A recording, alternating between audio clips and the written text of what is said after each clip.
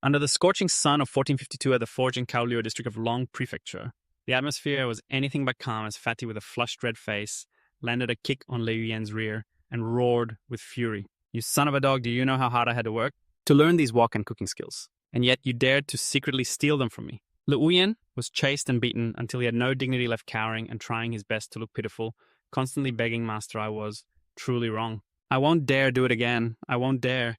But Fatty seemed all too familiar with this act. He just gave him a weary glare, and seeing that he was about to strike again, Liu Yan quickly cried out in a trembling voice, "I was really wrong. Please spare me." Finally, Fatty snorted, his anger temporarily subsiding, and turned to yell at the busy cooks. "Pick up the pace.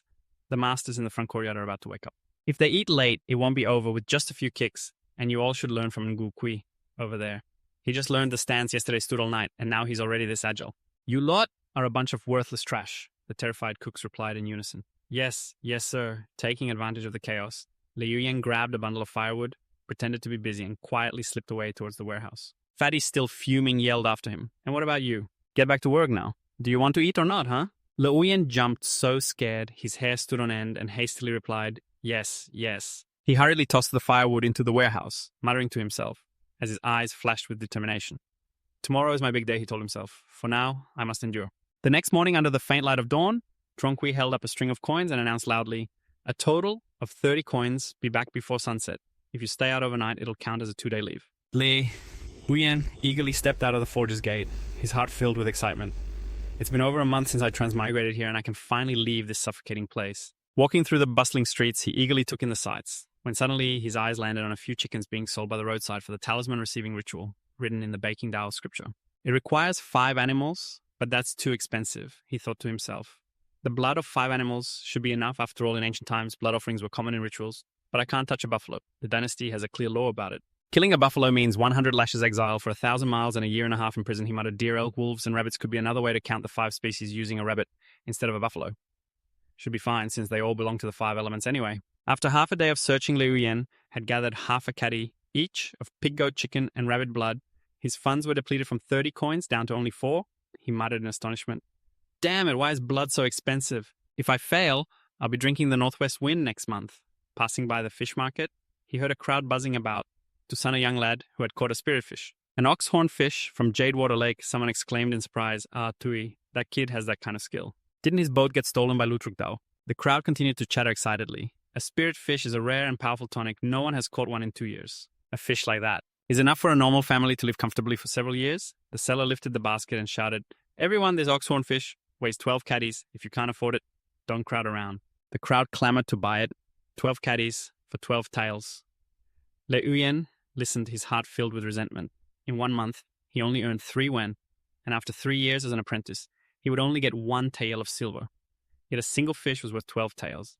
A person isn't even worth as much as a fish. He turned into a small alley. According to the original owner's memories, he just needed to go straight to get home. Standing before the gate, he knocked a few times, and immediately a voice called out from inside, "Third brother, you're back." Lalam, his second brother, enthusiastically pulled him in and kindly asked if he had eaten anything yet. "You should go to your room and rest first. Little brother, let your second brother make some food for you. Your sister-in-law went out to work and won't be back for a while." Liu Yan sighed in relief, thankful he wasn't dragged into reminiscing in the quiet courtyard. Liu Yan stood alone. With a resolute gaze, he carefully poured each tube of blood he had bought onto the ground. He began to set up the 4-directional 5-colored array. A taiji symbol gradually appeared, drawn with fresh blood, having memorized the formation structure. Countless times he drew it skillfully without hesitation. "No more delays, let's begin now." He clasped his hands and respectfully prayed. Disciple Liu Yan, after reading and fully understanding the baking and the mind-enlightening precepts of all realms, with the aspiration to save humanity and help the world, vows for the sake of the ancient sages. To pass on the classic scriptures, this disciple beseeches the heavens to bestow a talisman, but nothing happened. Liu Yan, slightly disappointed, muttered, "It's not working. Could it be? The grandmasters know. I haven't fully understood the baking. Or maybe there is no such thing as receiving a talisman and ascending to immortality." He sighed. "What a waste of my effort." Just then, a terrifying pressure descended, causing Liu Yan to clutch his head in pain. He collapsed to his knees, the space around him suddenly turning blood red. In extreme confusion, he screamed, "I can't hear clearly. I really can't hear clearly." A gigantic, bizarre entity was silently approaching from behind. Liu Yan's eyes were bloodshot as he unconsciously raised his head to face the formless pressure. His head slammed hard onto the ground in excruciating pain. In that dazed moment, he seemed to see surging waves of blood rushing towards him. Layer after layer, they seemed to want to swallow him whole. Then his body suddenly felt light, as if lifted high by those waves. Panicked, Le Yuyen glanced behind him, his heart pounding. The wave that lifted Le Yuyen high now transformed into a lifelike scroll painting of overlapping mountains that was the mystical talisman his entire body floated in midair. It was as if he were absorbing streams of refreshing spiritual energy from that talisman, but a dark, cold aura continuously seeped into his body, causing Le Yuyen to feel lost in a dark, boundless void. Every part of his body was forcibly twisted and molded by a strange power into indescribably bizarre shapes. Le Yuyen's head was suddenly subjected to a powerful decisive force, as if it were snapping like a dry twig. At that very moment, a blue screen flashed before his eyes. It displayed the words initializing first talisman transmission. Just as Lelam, his second brother, stepped out from inside the house. He was shocked to see his younger brother lying unconscious on the ground in a panic. He dropped the tray of food in his hands and rushed to Liu Yan's side, his voice trembling. Third brother, what's wrong? Wake up.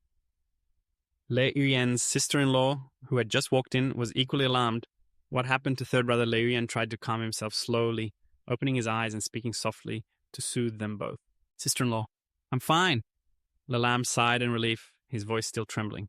It's good that you're okay. You scared me to death. You just got back, and this happens. Do you really need to go back to the forge? Just rest for a few days, you must be exhausted. While examining the strange system that had just appeared in his mind, Liu Yan replied, I'm really fine. What is this? He looked in surprise at the notification screen before him. A system. The Grandmasters were truly ahead of their time. A screen clearly displayed. First talisman transmission weapon. Master 6, first stage weapon. Lord, Liu Yan, number of wielded weapons. 1. A massive stream of information suddenly flooded his mind. It was as if he had learned it all long ago. The urge to brandish a saber and wield a sword erupted more intensely than ever before. The notification continued to display first stage weapon lord offering requirements. 1,000 caddies of iron, 100 taels of silver, 1 tael of gold to advance to second stage weapon lord. Liu Yan thoughtfully muttered, all right. So the Grandmasters also know how to fleece their disciples, huh? This is just a total ripoff. He quickly walked to the gate, saying goodbye to them. Brother, sister-in-law, please go on with your work. I'll be back in a few days. Inwardly, he sighed about his days of toiling at the forge. Now the only way forward is to make money. Lelam was still worried. Holding him back, he asked, are you really okay, little brother? Liu Yan evasively reassured him, this is perfectly normal. A few days ago, Guard Tan taught me a new cultivation technique, seal. I practiced too much, that's why this happened. You don't need to see me out, I'm fine now. In his head, he was still busy calculating. Before investing any money, I need to see what this cheat from the Grandmaster can do.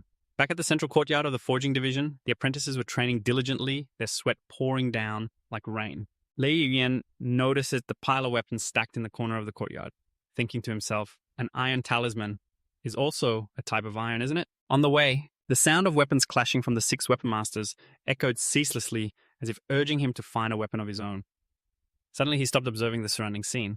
The apprentices had lined up neatly in 2 rows preparing for the training session. Tan Hung, the one in charge, raised his booming voice full of spirit-wide ape flying. Phoenix finger is divided into 2 parts. The inside is the handle, the outside is the finger. There are 3 internal coordinations and 3 external coordinations. If the 6 internal and external coordinations are mastered fluently, that is the great completion stage. After speaking, he immediately turned back to correct the horse stance of each apprentice. One person had the wrong posture. Tan Hung showed no mercy, slapping his shoulder so hard he almost fell. He taught coldly, if your lower body is unstable, your strikes will have no power. Next, he corrected Niu Gui's posture with a stern voice. White ape, flying phoenix, finger is the fundamental martial art of our forge passed down for over 200 years. It is divided into 4 levels, entry proficient, minor completion, and major completion. If you want to enter the main hall before the year ends, you must practice this martial art to the entry level. Niu Gui only dared to complain silently, while Liu Yan, who was watching, also felt the pain for him. That really hurts. An enthusiastic apprentice handed Liu Yan a wooden hammer. Just then, Tan Hong's voice rang out, hold the hammer and stand still. As soon as he held the hammer, a system notification appeared, practice finger. 8 caddies, not yet at entry level. This is the practice finger of the martial apprentices at the forge, used to practice the white ape flying phoenix finger. It is soaked in the blood and tears of hundreds of apprentices over the years, but the notification continued. Requirement mastery. Ineffective. Proficiency in the flying phoenix. Finger technique will be lost upon letting go of the weapon. After grasping the weapon, Liu Yan tried swinging the hammer, performing a few basic moves. He thought to himself, no wonder the old man was so obsessed with passing on the talisman.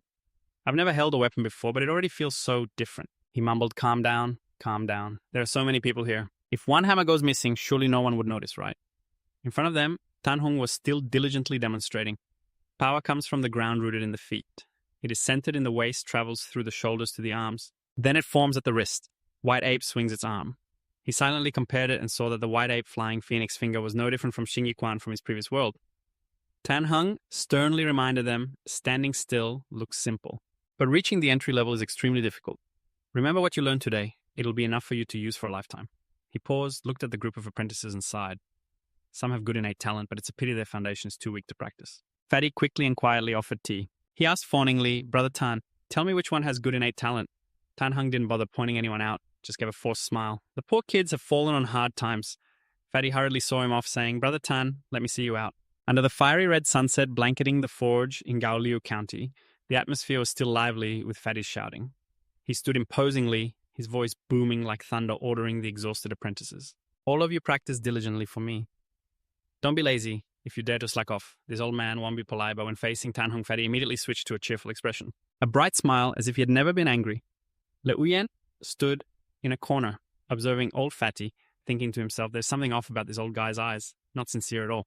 But as the evening twilight faded and the forge was bathed in a brilliant orange glow, a few apprentices began to complain in weak voices, I can't stand anymore. Everyone was trembling from exhaustion, and Le Uyen was no exception. It looked like a simple horse stance, but it consumed an unbelievable amount of stamina. He mumbled, this scrawny body is still too weak. Those other apprentices are training much better than me. Most of them are still holding on. In the central courtyard, only Niu Gui remained still, trying to maintain the posture, even though sweat had soaked the back of his shirt. But the resilient Niu Gui only gave up when he saw Liu Yan also stop from exhaustion. He panted and mumbled, this little brat has finally run out of steam too. But in his heart, Niu Gui was still proud. In the end, I am still number one in this central courtyard. As twilight gave way to the falling night, Liu Yan silently took action. He tiptoed towards the rack of practice hammers, his eyes sparkling with intent. A row of 10 hammers lay neatly. He thought to himself, if one goes missing, surely no one will notice, right? 6 system notifications suddenly popped up, all grayed out. Le Uyen frowned and wondered to himself, gray means I'm not a high enough level, right? He observed closely and realized that the 43 training hammers were all low-level weapons. But there were subtle differences. A large portion only had entry-level enchantments, with only about 10 reaching the proficient level. He chose the most vibrant-looking hammer and mumbled, even though they are all proficient level, this one looks the best. It's definitely this one. Early in the morning, Le Uyen decided to test it. He rested the iron hammer on the ground and softly whispered the command control. Instantly, the hammer turned into a faint wisp of air. Vanishing before his eyes, Le Uyen was stunned. Awesome. Such a big hammer just evaporated into thin air. But then he realized this platform was too small. It could only hold a few hammers at most. He picked up another hammer, feeling a strange stream of power seeping in, merging with the talisman that was gradually forming in his mind.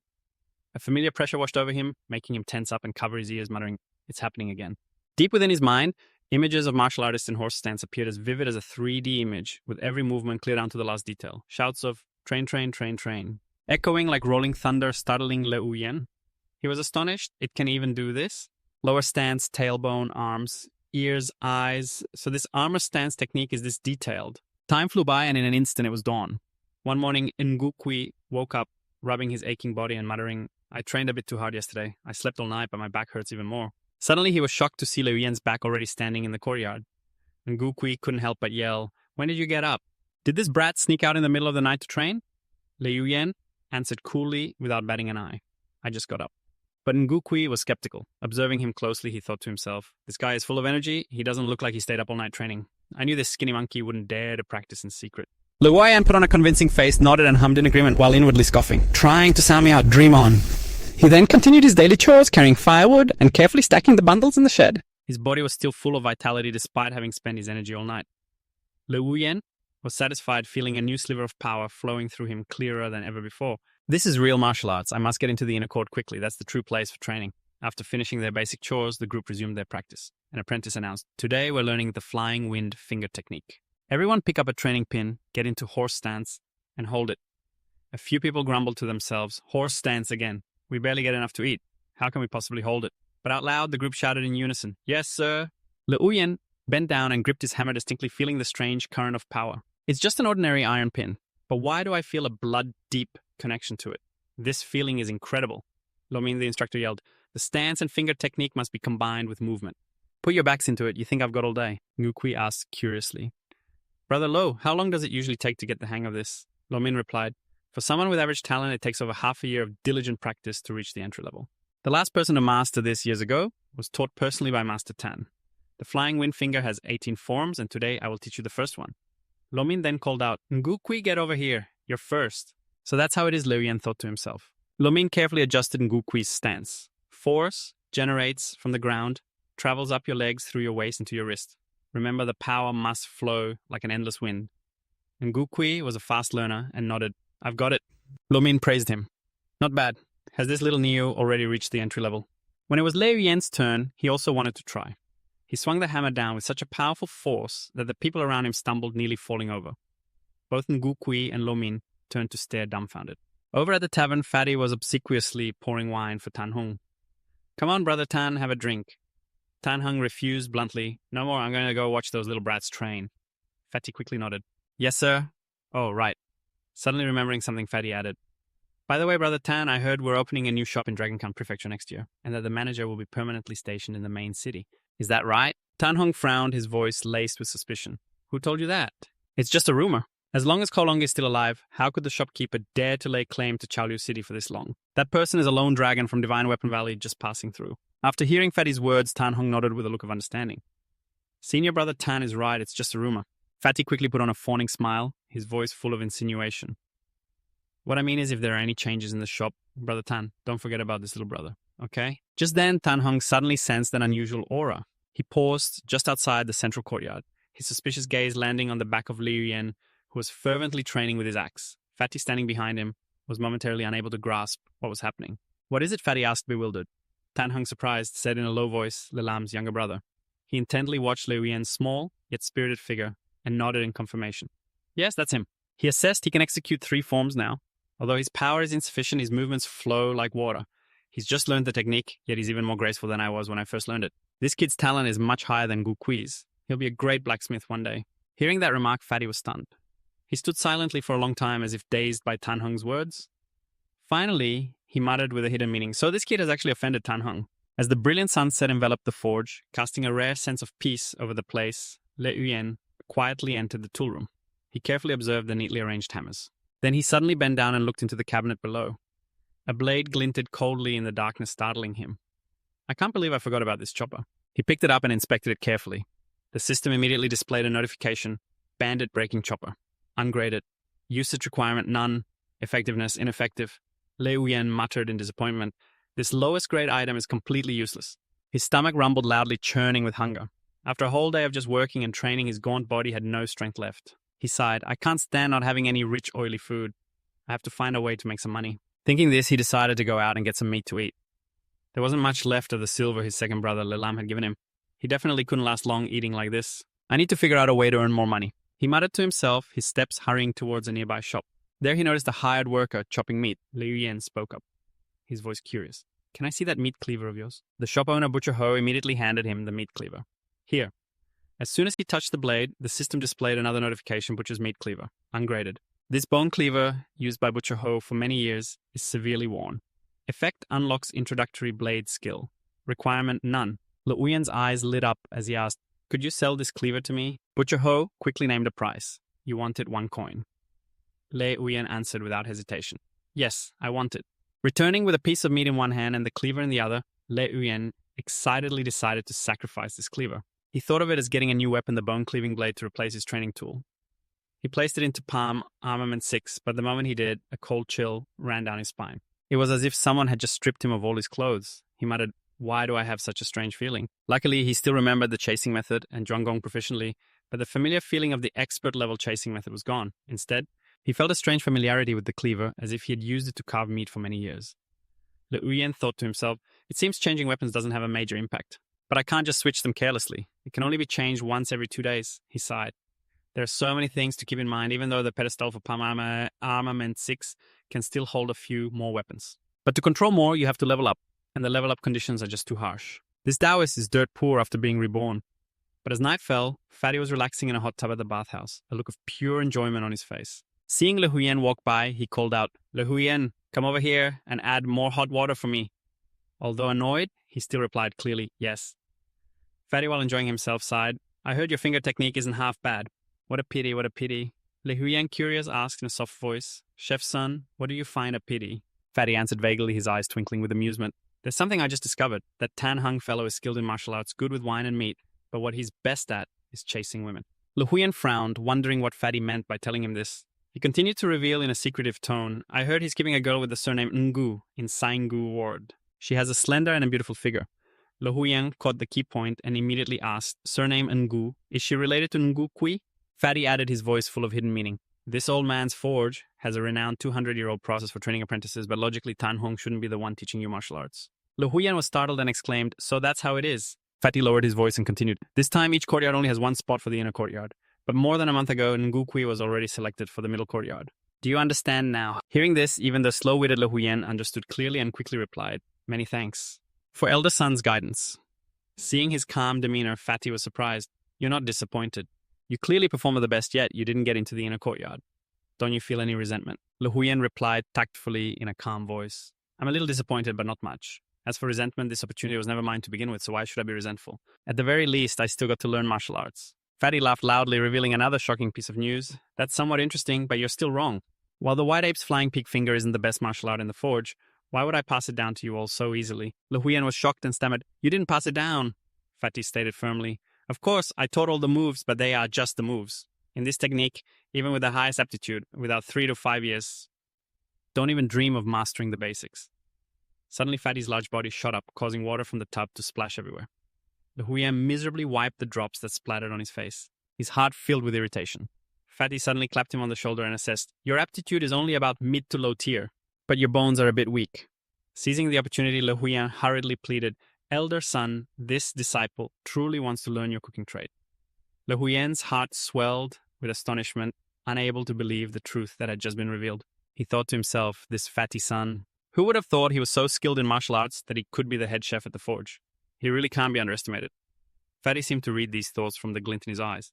A satisfied smile spread across his face as he said meaningfully, You little brat, you really know how to seize an opportunity. Feeling that it's hard to make a living in the middle courtyard. So you want to get a piece of the pie from me, huh? Le Huyen nodded frankly without hiding anything. I can't hide it from you, that is indeed the case. I know how to cook, and my knife skills are also quite good. I beg you to please take me in. Fatty maintained a probing expression, his sharp eyes seeming to see right through him. Are you for real, or are you just faking it? To prove his sincerity, Le Huyen quickly reached for a kitchen knife that was placed nearby. He plucked a fresh scallion from a pot. His movements were agile and swift as he sliced it with sharp, even cuts, which made the Fatty exclaim in admiration. Not bad, kid. How many years have you been practicing your blade skills? Le Huyen replied, respectfully, with a slight bow, Head chef, I have practiced for several years. He was filled with confidence. In his past life, he had served an old chef, so his knife work and cooking were no problem at all. Now, thanks to using Butcher Hu's bone-chopping blade, his blade skills had become even more proficient. This time, he changed his form of address, speaking earnestly. This disciple only wishes to cook meals. For anything else, I will follow the head chef's arrangements. Hearing this, the Fatty burst into hearty laughter, his eyes showing satisfaction. You haven't wasted your 2 older brothers' silver, and you've worked hard yourself. All right, then I do happen to need an assistant. Le Yuan was surprised, his eyes lighting up. 2 older brothers, they gave this Fatty son money. It's a good thing I took the initiative. Otherwise, that money would have likely gone down the drain. The Fatty said no more and suddenly tossed an iron axe toward him, his voice stern. Take this axe, raise it, and get into a horse stance. He continued. The axe form you've learned isn't fake. It's just missing a few things. Today I will teach you the white ape breathing technique. I will demonstrate it for you once. Hearing this, Le Yuan's eyes shone as brightly as stars. Filled with excitement, he hurriedly followed the Fatty outside, not forgetting to bow his head in gratitude. Thank you, head chef. In a flash, several months had passed and the weather turned cold. The entire street was covered in a layer of pristine white snow, sparkling under the pale sun. Le Yuan now looked much stronger, his steps steadier than before as he strolled along the snow-covered street. He mused to himself. Ever since Fatty-san taught me the white ape breathing technique, not only has the food improved, but I can also maintain a stable breath while holding the axe in a horse stance. I'm probably just a few days away from entry-level mastery. But before that, because I accidentally revealed my sharp calculation skills, all the purchasing for the central courtyard fell into my hands. Lost in thought, Le Yuan's gaze suddenly landed on a roadside stall. On the table, a single tattered shoe lay there, looking very strange. He pointed at it curiously and asked shopkeeper, "Can you really sell a tattered shoe like this?" The shopkeeper sighed and explained, "It belongs to Bamboo Head Liu from the back street. I don't know where he found it, but he insisted on selling it to me. And there's only one. You tell me, what kind of situation is this?" Le Yuan picked up the shoe to examine it closely. "Let me see." The system immediately displayed a notification that surprised him first here. He thought to himself, since I started working in the kitchen, I've been out 7 or 8 times, passing through both the Prosperity District and the Firewood and Fish Market. I've seen plenty of non-tiered weapons, but this is the first time I've seen a first-tier item, and the shopkeeper continued. The shoe is good, but the problem is there's only one. Bamboo Head Liu even demanded 1 silver coin for it. If you want it, you can have it for 1 silver coin. Le Yuan used a soft sell tactic, pretending to leave. Isn't 1 silver coin a bit too expensive for a single shoe? Seeing this, the shopkeeper hurriedly lowered the price. 1 silver coin is for others, since its brother 40 copper coins will do. He still wasn't satisfied and shook his head. If you're going to say that, you might as well keep it. The shopkeeper panicked and called out, Wait, we can negotiate. Lei Yuan seized the opportunity, his voice calm. How about this?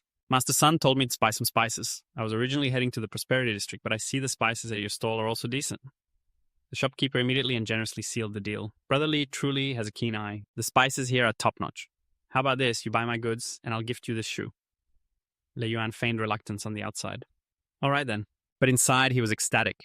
The goods are mine. He happily hugged his items and ran like the wind through the snow-covered street, turning into a small alley to inspect and activate them for use. This first-tier shoe looks powerful, but with only one wheel that affect anything. Oh well, I'll figure it out when I get back. Before he could finish his thought, his steps suddenly became as light as a feather, as if he were gliding on clouds. I'm really walking as if I'm flying. First-tier items are truly top-notch. Unbelievable. I have to level up. But he suddenly sighed. A first-tier rank 6 arms master can only control one weapon, and to change it, you have to wait 2 days. You have to level up. You have to earn money. But 1,000 caddies of raw iron and 100 taels of white silver. 1 hectogram of gold, isn't this a joke? Even if I robbed someone, I couldn't make that much. Suddenly, a few people rushed past the alley entrance, shouting loudly, Ashui is here. The crowd buzzed. Could Ashui have caught another spirit fish? Ashui, an orphan. But thanks to his first-class fishing skills, he managed to catch 3 spirit fish in a row. Thanks to that, he not only repaired his house, but also joined the Lihe Martial Arts Hall, one of the 3 great martial arts halls in the inner city. Among the curious crowd, Qin Xiong was also present, leaning down to inspect the red-finned fish in the basket. This Qin's luck isn't bad. How much silver for this fish? I'll take it. Lei Yuan watched dejectedly, his heart filled with regret. I can't afford a spirit fish. Only wealthy people like Qin Xiong can enjoy them. He mumbled, It's a shame I don't have a fishing-related weapon. Oh, forget it. Seeing it was still early, he decided to head home. Lilin was busy shoveling snow outside the gate. Seeing his younger brother return, his face lit up. Ah, Yuan, you're back. Lei Yuan held up 2 fish, showing them off. Big bro, I bought these 2 carp for you on my way home. Lilin patted his shoulder in praise. You've done well, kid. You look healthier and stronger too. Here, let me cook these 2 carp for you. Perfect timing. Your sister-in-law bought 2 caddies of fatty meat yesterday. He smiled and replied, I've already eaten. How could a kitchen assistant possibly go hungry? Inside the house, Lilin mentioned the snow came early this year. The winter clothes are ready. I left them by your bed. Try them on and see if they fit. Lei Yuan asked, suspiciously, Big bro, where did you get the money to make winter clothes? He thought to himself, a padded jacket, even with the cheapest fabric and cotton costs more than 1 tael of silver. That's enough for a normal family to live on for half a year. Lilin explained in a calm voice, The price of charcoal and firewood is good before winter, so I've earned a decent amount these past few months. Plus, your sister-in-law's wages. What's the big deal about 1 padded jacket for you? Lei Yuan didn't dare accept and quickly refused. I can't take this jacket. The forge will issue padded jackets later. You should alter this one for sister-in-law to wear. She works so hard washing clothes for others. But Lilin decisively draped the jacket over his shoulders. Since when do apprentices get issued clothes? It's for you, so just wear it. Our family has been in decline for so many years, yet your sister-in-law still married me. If I treated her badly, I'd deserve to be struck by lightning. It's for you, so just take it. With an affectionate look, Lilin ruffled Lei Yuan's hair as if he were still a child. He chuckled softly. Kids really do grow a little every month. It's a good thing your sister-in-law made it 1 size bigger. Otherwise, it would have been too tight on you. His brother's kindness made Lei Yuan thoughtful, his eyes showing a hint of emotion. He looked straight at him and said in a serious voice, Big bro, tell me the truth. Did you borrow money from someone? Lilin froze for a moment. He didn't answer right away, instead turning toward the kitchen and avoiding eye contact. It seemed he had guessed who told him. His voice dropped. Who told you? Was it Fatty? After he spoke, a sad look appeared on his face. Finally unable to hide it any longer, Lilin sighed and confessed, I borrowed money from Qianbao on 9th District Street. The interest is the standard 13 for 10. I promised to pay it back before next winter. Our family may be poor, but we still have a little something set aside for you. Lei Yuan lowered his head, his voice sad. Big bro, you didn't have to borrow money from me. Just then, their sister-in-law pushed the door open, startling both brothers. Her hands were red from the cold, trembling slightly as she warmed them by the fire. She kept a calm expression, trying not to make Lei Yuan feel awkward. Since you're here, then take the padded jacket. It'll save your big brother from making another trip, and who knows what trouble he might run into. Lei Yuan cupped his hands, his voice sincere. Thank you, sister-in-law. He noticed her hands were stiff from the cold, and his heart ached. With gentle concern, Lilin poured hot water into a basin and said, I'll pour some hot water for you to soak your hands. Le Uyen, not wanting to be a bother, quickly said his sister-in-law had already left him food for lunch. I have to go now. I'm leaving these 2 cured fish for second brother to cook for you. Okay? The lamb called after him, At least finish eating before you go. Stinky brat runs so fast. Le Uyen stepped outside, his heart heavy, searching the original owner's memories. The money was borrowed from a minor leader of the fish gang on the street. Ahead, borrow, 9 payback 13. In his memories, this was still considered a fair deal. He thought to himself, second brother, though simple and kind, is no ordinary man shouldering the family's burden alone after our grandfather's death and eldest brother's disappearance. He raised me, and now he has to borrow money. Are there any good people among those loan sharks? I hope nothing happens. Suddenly a thought flashed in his mind. Why don't I borrow money from them to get promoted to squad leader? This method is much more reliable. But he immediately reminded himself, first, I must master the basics of the white ape's soaring phoenix art. With good martial arts, I'll be able to earn a lot of money. Le Uyen practiced tirelessly until it was pitch dark. Heedless of the bone-chilling cold, Fatty had taught him the white ape breathing method from the manual, completely replacing his original breathing technique for the true white ape's soaring phoenix art. It can only be mastered when combined with this breathing method. He thought, but Fatty's son's breathing method seemed strangely ordinary. He decided to switch from the 6 harmony shoes to the training hammer. Lifting the iron hammer, Le Uyen let out a spirited shout. Each swing of the hammer up and down stirred the swirling snow and wind in the dark. The noise woke Fatty. He stepped out grumpily, his voice a low growl. What's all this racket? It's the middle of the night. Are you trying to keep everyone awake? But when he saw the scene before him, he was stunned. The snow at Le Uyen's feet had been pushed away by his aura, forming a perfect circle. The boy felt his senses become incredibly sharp. He could even hear the sound of blood flowing through his body. The sudden good news left Le Uyen dumbfounded. I succeeded. But according to the manual, when blood chi reaches the palms, that's proficiency. When it reaches the arms, that's lesser mastery. And for greater mastery, it must flow through all 4 limbs. He mumbled, his heart soaring with excitement as the blood chi circulated. This feels incredible. Damn, I really want to find someone to test this on now. This is real martial arts Fatty, who had witnessed everything happily called out, Uyen, my boy, come inside for a late night snack. Le Uyen was startled. Elder son, really? The man waved his hand, his voice hearty. What are you spacing out for? Still in a daze, Le Uyen muttered to himself. Uyen, my boy, did I hear that right? A few simple dishes were already laid out on the table. Fatty poured a cup of wine and handed it to him. Now that you've achieved initial success with your blood chi, you must drink some of this nourishing wine of mine. Le Uyen was still bewildered, but he still accepted the cup of wine. Elder, what is this? Fatty laughed heartily. It's for you, so just drink up. Your innate constitution is only average, yet you've reached the entry level in such a short time. Seems you're quite compatible with it. Besides the white ape's soaring phoenix art, your second brother must have given you quite a few supplements, right? Le Uyen nodded in agreement. Second brother is indeed very good to me, but inwardly he thought, if I hadn't revealed my talent for learning the art on the first day, this sudden breakthrough would definitely make Fatty's son suspicious. Fatty looked on with an admiring and emotional tone, such brotherly love. I'm truly envious. It wasn't a waste for your second brother to spend all that money. Let me tell you something. That spot to enter the inner court from the middle court should have been yours. Le Uyen was confused. That spot, wasn't it already decided for New Gui? Fatty hinted, his eyes twinkling. Could it be that you don't want to enter the inner court because you're afraid of offending Qin Xiong? Le Uyen sighed and replied, how would I dare to offend Master Qin? Qin Xiong achieved greater mastery in the white ape's soaring phoenix art several years ago. His internal energy is profound, not something an ordinary guard can compare to. He continued, I heard the shop has already decided to make him the head of the guards. He's second only to the 3 stewards. Now all he needs is to break through to the next level of internal strength. Fatty said without a hint of fear, so what if you offend him? Our forge has existed for over 200 years and naturally has its rules. Even if he becomes the leader, he can't have absolute power. Le Uyen thought in a daze, wasn't he the one who was so eager to suck up to Tan Hong before? Then the Fatty began to explain in a serious tone. You've read books, so you should understand that some things belong to you. But if you don't fight for them, they'll never be yours. For someone with your background, who do you have to support you? Even if you're initiated, how far can you go? He nodded, his voice low. You're right, sir.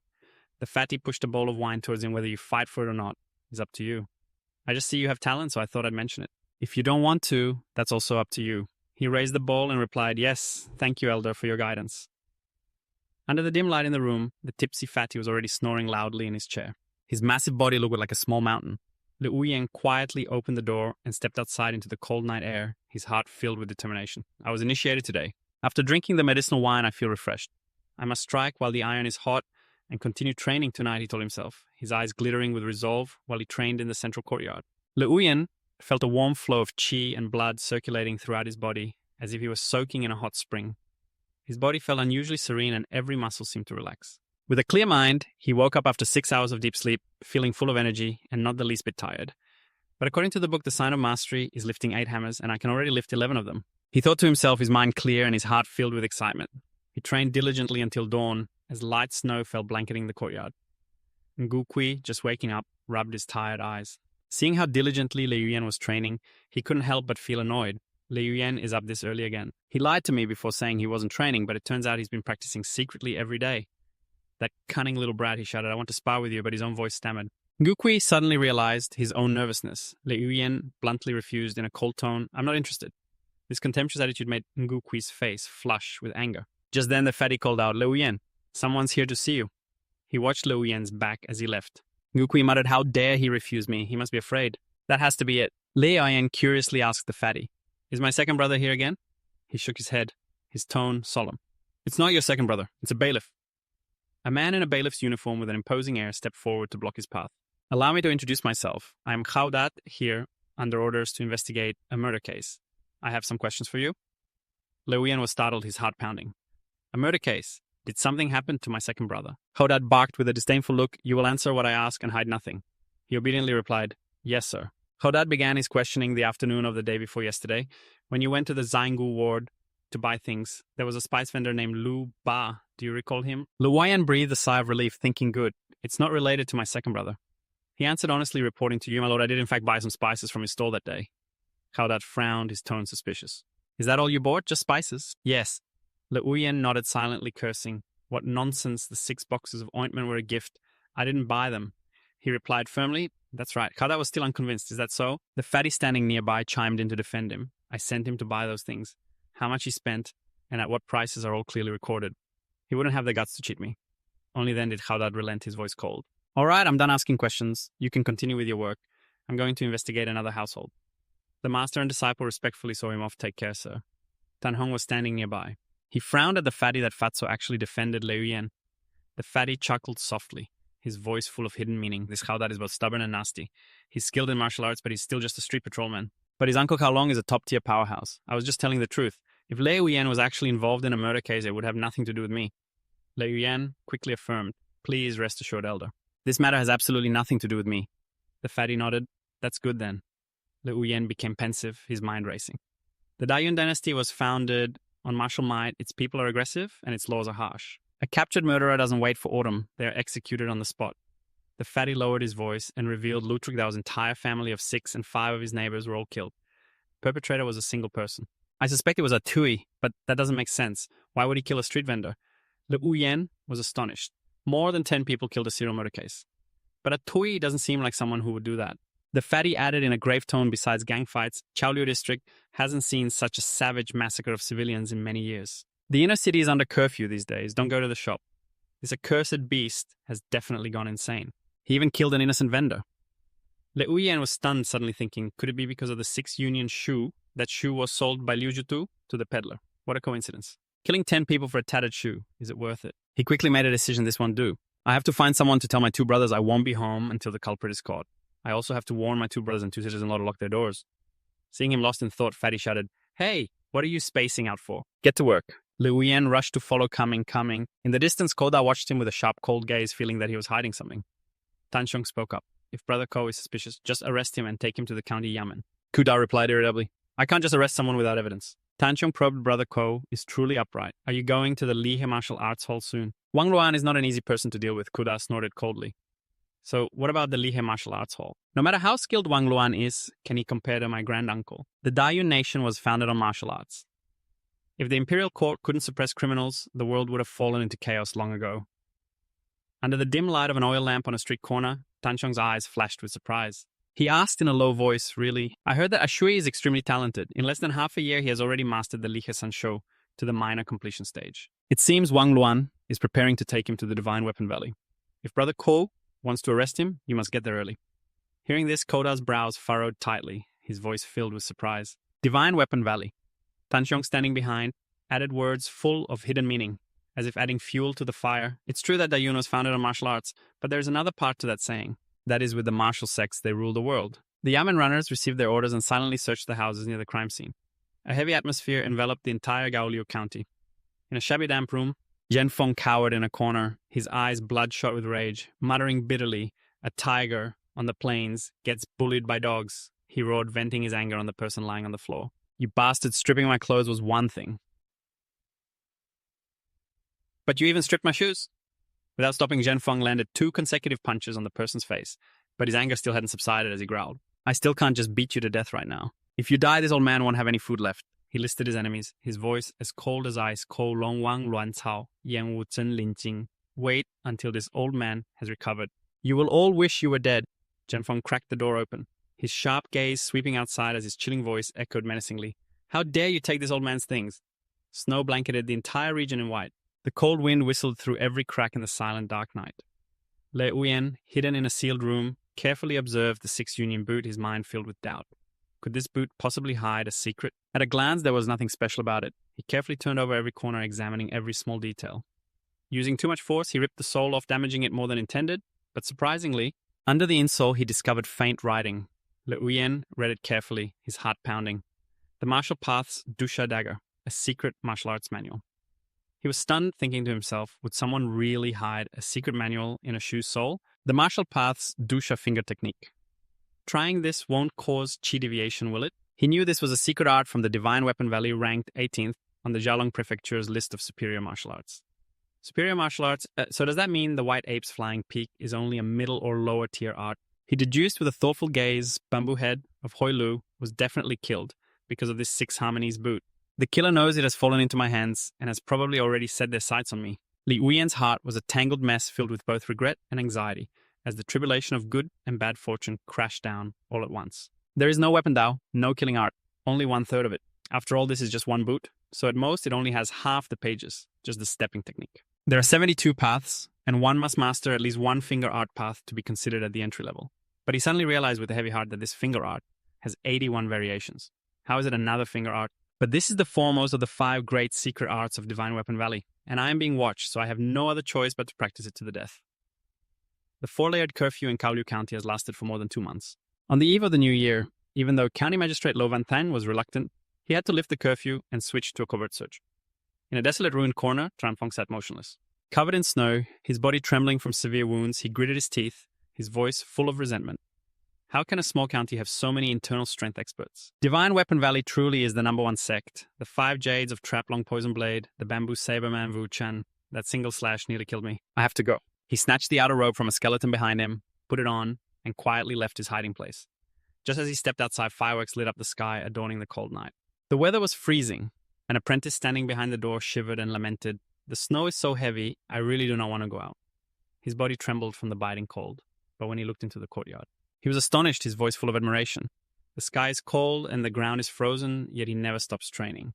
I am so impressed in Gu Kui, despite the freezing cold, was still training diligently, his sweat mingling with the falling snow. He slammed the iron hammer onto the ground, his excited voice ringing out, "I have reached the entry level." The other apprentices rushed over, cheering, "Brother Ngu, you have reached the entry level. Brother Ngu is amazing. You have reached the entry level. When will I ever reach the entry level? I am so envious." Yes, they continued, their voices full of excitement. Ngu Kui can definitely enter the inner sect. Do not forget us when that time comes. Of course not. In his heart, Ngu Kui sneered, "That guy is no match for me." A glint of smugness flashed in his eyes. He has been out for more than 2 months. Surely he has not reached the entry level too. Probably not. He is smart, but brother-in-law did not teach him the breathing technique, and his family is poor. An apprentice reminded them, "Get back to work. Honorable Master is about to wake up." Ngu Kui was already drawing a clear line, his voice arrogant. "In the future, I must associate less with these people. They are definitely of a lower class and have nothing to do with me. I must quickly tell my brother-in-law that I have reached the entry level," he muttered. "Liu Yen is probably doing some menial work. I will go take a look." Arriving at Liu Yen's courtyard, Ngu Kui breathed a sigh of relief when the door opened with a light push, not locked tight. But the scene inside shocked him. His eyes widened in horror. A snowman was raising an iron hammer. A snowman. He pushed at the door and stepped inside, worriedly thinking, could Liu Yen have frozen to death? But at that very moment, the snowman exploded, snow flew everywhere, and Liu Yen's silhouette appeared steady as a mountain commanding the swirling blizzard. He turned around and a blast of frigid, snowy wind blew straight at Ngu Kui. It stunned him, nearly knocking him over. Standing in the blizzard, Ngu Kui exclaimed in bewildered shock, "What is going on?" Liu Yen's every move was sharp and masterful, as if he had become one with the swirling wind and snow. He raised the iron hammer high, his aura erupting as powerful waves of cold energy radiated outwards. The very air seemed to tremble. Ngu Kui's expression darkened, unable to accept the truth before him. Liu Yen has actually mastered the white ape's flight through wind and water impossible. I must report this to my brother-in-law immediately. Meanwhile, Liu Yen was deep in thought, his eyes gleaming with determination. If I keep practicing like this, I am afraid my finger art will not improve. But if I can lift 2 axes consecutively, wouldn't that put me on par with the minor success stage? Just then, Fatty walked in, his voice slow as he demanded payment. You brat, you owe me 12 tiles of silver. Liu scratched his head in embarrassment and hesitantly said, Manager Shi, how about lending me some more? Fatty decisively shouted, Get lost. But seeing him still pleading, he sighed. If it weren't for seeing how incredibly fast your training is progressing, I wouldn't even lend you a single penny. Go on, how much? This time, hearing the number, Fatty's face turned purple with anger. 13 tiles. You really are the type to be given an inch and take a mile. Liu, still with a curious look, asked, Oh, right, Manager Shi. A few days ago, did you hear what happened in the city? It sounded like there was a big commotion. Fatty's gaze darkened as he recounted the night before last. The Grand Manager was hosting Wang Lei, the master of the Li He martial arts hall. Just as the banquet was ending, someone from the shop suddenly went on a crazed slashing spree. Hall Master Wang nearly lost his life. The Grand Manager, enraged, captured the culprit and threw him into the great prison. Li Yuyan, filled with curiosity, asked further. The Grand Manager caught the culprit. Fatty nodded. Luckily, the Grand Manager acted in time, so Hall Master Wang is fine. But unfortunately, his disciple... Just then, Qin Xiong entered the courtyard, his voice low and solemn. Liu Yan, come with me. Fatty gave him a reassuring look, signaling, It's okay, you should go. Liu Yan observed Qin Xiong, sensing his aura was much stronger than before. His muscles were firm, and he stood as tall as 2 meters. The pressure he emanated was suffocating. Entering a private room, Qin Xiong looked straight at him. His voice was deep like thunder. You must have already guessed why I called you here, haven't you? Liao Yan bowed respectfully. This disciple understands. Qin Xiong nodded his eyes, showing a hint of approval. The white ape finger art stands with qi and blood flowing through your entire body. Your innate talent is truly quite good. Liu Yan replied humbly, It is because Master Qin taught me well. But Qin Xiong's expression suddenly darkened like an approaching storm taught you well, although your root bone is not as good as Niu Gui's. But you are extremely compatible with the white ape flying peak. With this progress alone, the slot to enter the inner courtyard from the middle courtyard should definitely be yours. But I have already promised someone else that this time Niu Gui must be the one to enter. Do you have any objections? Liu Yan maintained a respectful demeanor and replied, This disciple wouldn't dare. Qin Xiong saw through him, his voice cold, wouldn't dare.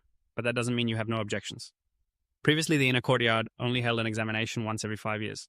Now it's held once a year. With your progress, the slot for the inner courtyard next year will surely be yours. Go now. Liu Yan acknowledged the order understood, but in his heart he thought to himself, What's the difference between this year and next year? There's no guarantee I'll have a chance next year. Niu Gui, standing timidly in a corner, spoke to Qin Xiong, brother-in-law. I can wait another year to enter the inner courtyard. Qin Xiong frowned, his voice firm. Wait a year. Your entry into the middle courtyard was already a special arrangement. Su Ling from the front courtyard got into the rear courtyard, and people are squeezing into the miscellaneous affairs courtyard and all the others. Let me be clear, you must enter the inner courtyard this year. If you wait another year, it will be too late. Next spring, the Divine Weapon Valley opens its immortal gate, and the shop has spent a considerable amount of money for this opportunity. He continued his voice full of expectation. At the latest next year, the disciples of the inner courtyard must set out for Dilong Prefecture. If you wait any longer, the immortal gate of the Divine Weapon Valley will close. When the Divine Weapon Valley accepts disciples, the most important thing is one's root bone. Le Yuyen's root bone is only mid to low grade. He wouldn't even pass the first trial. But your innate talent is mid to high grade, and your progress is exceptional. If you can enter the Divine Weapon Valley, it'll be the greatest fortune of your life. After saying this, Qin Xiong tossed a small vial to Niu Gui. Yes. Niu Gui's hands trembled, still unable to process the information. He stammered, Divine Weapon Valley. I can really enter the Divine Weapon Valley. Qin Xiong patted his shoulder, his voice deep and warm. Cultivate well. Don't disappoint my expectations. Niu Gui hurriedly replied, Yes, sir. Liu Yan stood outside, observing Qin Xiong and thinking to himself, I'm afraid he has already broken through to the internal strength realm. If he becomes the leader of the guard team, I wonder if Fatty-san will be able to handle it. Fatty-san has been good to me. I absolutely cannot let him down. His determination flared. Liu Yan stepped out onto the street, his heart full of hope. Today I'll wander the streets and see if my luck is good enough to find a graded weapon. He activated his inspection, his gaze sweeping over the crowd. Seeing the weapons on them shimmer with a faint golden light, he sighed with regret. No wonder the Grand Rite of Kaolu is held once a year. So many graded weapons, but none of them are for me. Suddenly his eyes landed on a sickle by the roadside held in an old man's hand. Liu Yan approached and asked curiously, Old man, how much are you selling this sickle for? But in his mind, he secretly assessed that the blade is over 30 centimeters long. This doesn't look like a farming tool at all. The old man was startled, his voice faltering. Huh? You want to buy my sickle? My old man left it to me. It's been with me my whole life. I can't bear to sell it. The old man's grandson sitting beside him. Advised Grandpa, what's the use in keeping that tattered old sickle? Liu Yan bowed slightly. his voice soft, yet full of sincerity. Old man, could you let me just have a feel for it? The old man hesitated, then carefully passed the sickle over, warning, well, then you have to be careful. This blade may have many cracks, but it's very sharp. Lei Yuyan took it and examined it closely. Not too surprised, in his heart it really is a graded item. A system displayed the detailed scythe of the 3 primordials. Forged from top grade, profound iron tempered in 18 flames, its master loved it to madness. Using it to drink the blood of enemies and harvest crops for 100 years, the blade wore down, giving birth to a spirit anomaly. Requires proficiency in any polearm art. Effect: great completion of the 9-steed saber scythe technique. Proficiency in long weapons. He was stunned, his heart racing. This is so much better than the 6 harmonies boots. Not only does it grant great completion of the 9-steed saber scythe technique, but also the system reminded in a cold voice. Proficiency in long weapons. Long-handled saber scythes are extremely difficult to learn the issue. Isn't with the blade, even someone with incredible talent would find it hard to master. But thanks to the dedication and talent of this body's original owner, Lei Yuyan rejoiced silently. I've struck gold. He quickly made an offer. I want this sickle. I'll give you 3 taels. The old man was flabbergasted. 3 taels. Is it really that much? Lei Yuyan nodded, his eyes gleaming. That's right. It just caught my fancy after smoothly making the purchase. He slipped into a deserted alley, his excitement uncontainable, as usual. Lei Yuyan activated its use silently, calculating I've already mastered the white ape's piercing finger, so just practicing it won't yield much more effect. This sickle is the perfect replacement. Instantly, a stream of strange yellow energy enveloped the item's effect.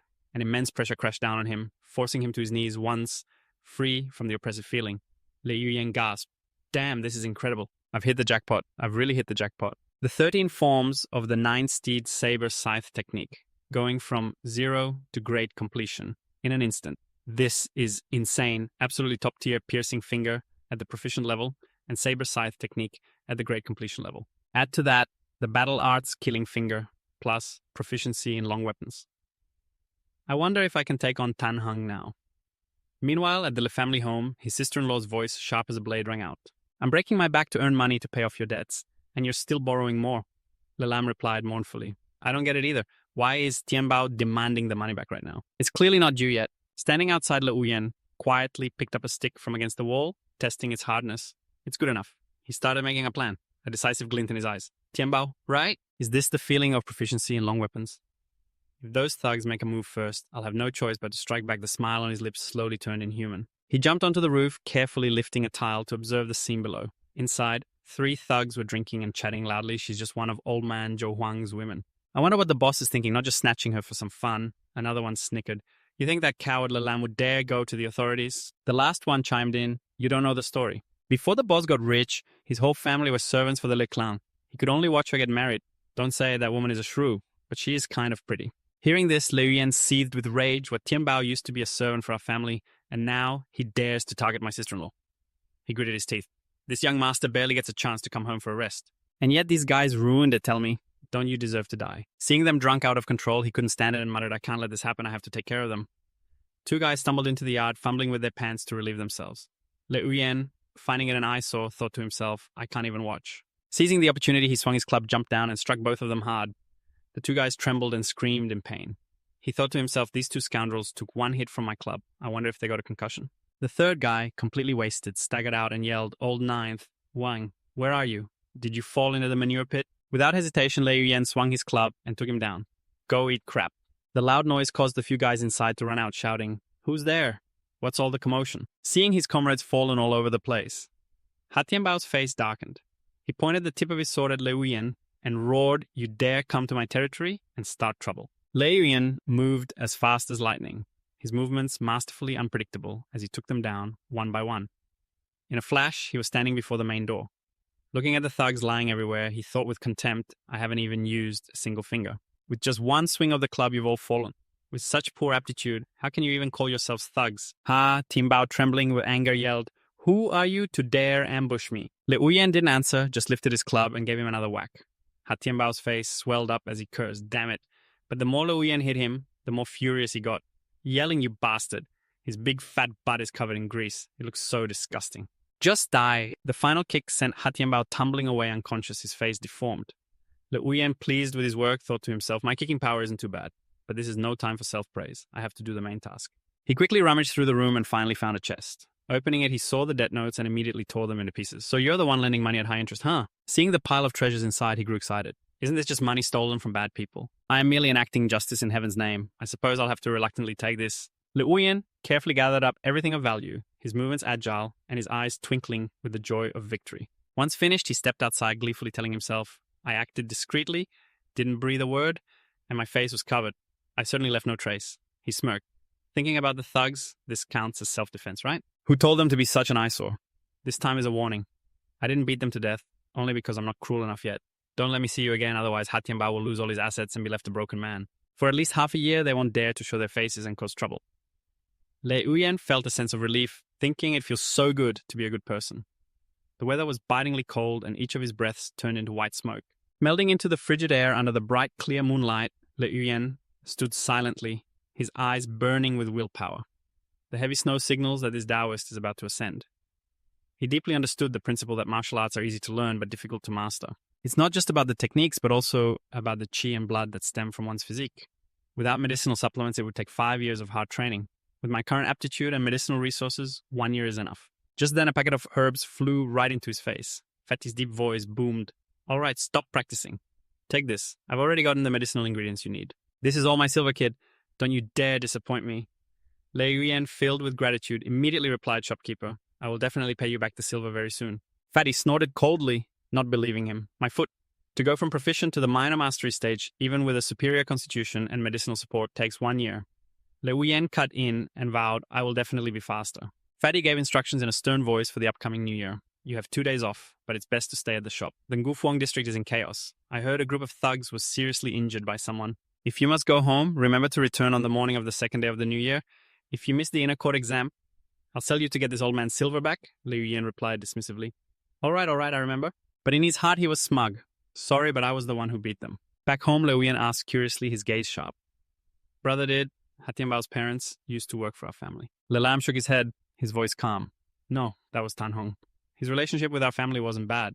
He was the one who told me the forge was recruiting apprentices. Le Uyan was stunned, his heart filled with resentment. So it was Tan Hong. He gritted his teeth, so he was the one targeting my big brother and sister-in-law. I will absolutely not let this slide during the inner court examination. Frustrated, he raised his wine cup, downed it in one gulp, and slammed it hard on the table. He swore with determination, this inner court is as good as mine. A weapon check. Le Uyen mumbled 58 more transformations to master the first move of the Way of Arms Battle Aura Finger. Now that I have money, I must find Living Gold Medal to upgrade to Chief Armament Level 6. Then controlling 2 weapons at once to take down Tan Hong will be no problem. Meanwhile, at the Hatianbao, Tan Hong walked in to see the thugs covered in injuries. Niu Kui hurriedly reported, Brother-in-law, the constables say they're still investigating the culprit. I'll keep an ear out. A Tui left the Li Hop Martial Arts Hall after recovering for a few days, and no one has seen him since. His wounds hadn't healed. Could it be him? Tan Hong mused, his eyes turning cold. Hobich Tui has been frozen over. Alone and injured, there's no way he could recover properly. To suddenly disappear. To go fishing, perhaps. Humph, how could I possibly believe that? He turned to Ngu Kui. 2 months ago, I taught you about the inner court examinations. I hope you won't disappoint me. Ngu Kui grew tense and stammered, Brother-in-law, I won't let you down. Outside, the entire courtyard was blanketed in white snow. Le Uyen watched a distant figure curiously thinking, could it be Wang Gong? The third son of the third manager is also here to compete. Fatty revealed in a confident tone Wang Gong Chief Chao's youngest daughter Xiaoming and a few others have been temporarily added from the inner city families. They're not taking your spots. Liu Yin was surprised. Oh, pulling some strings, are they? Fatty reminded him in a serious tone. The thing you need to worry about is the third part of this year's inner court examination. It's become a bone-setting test.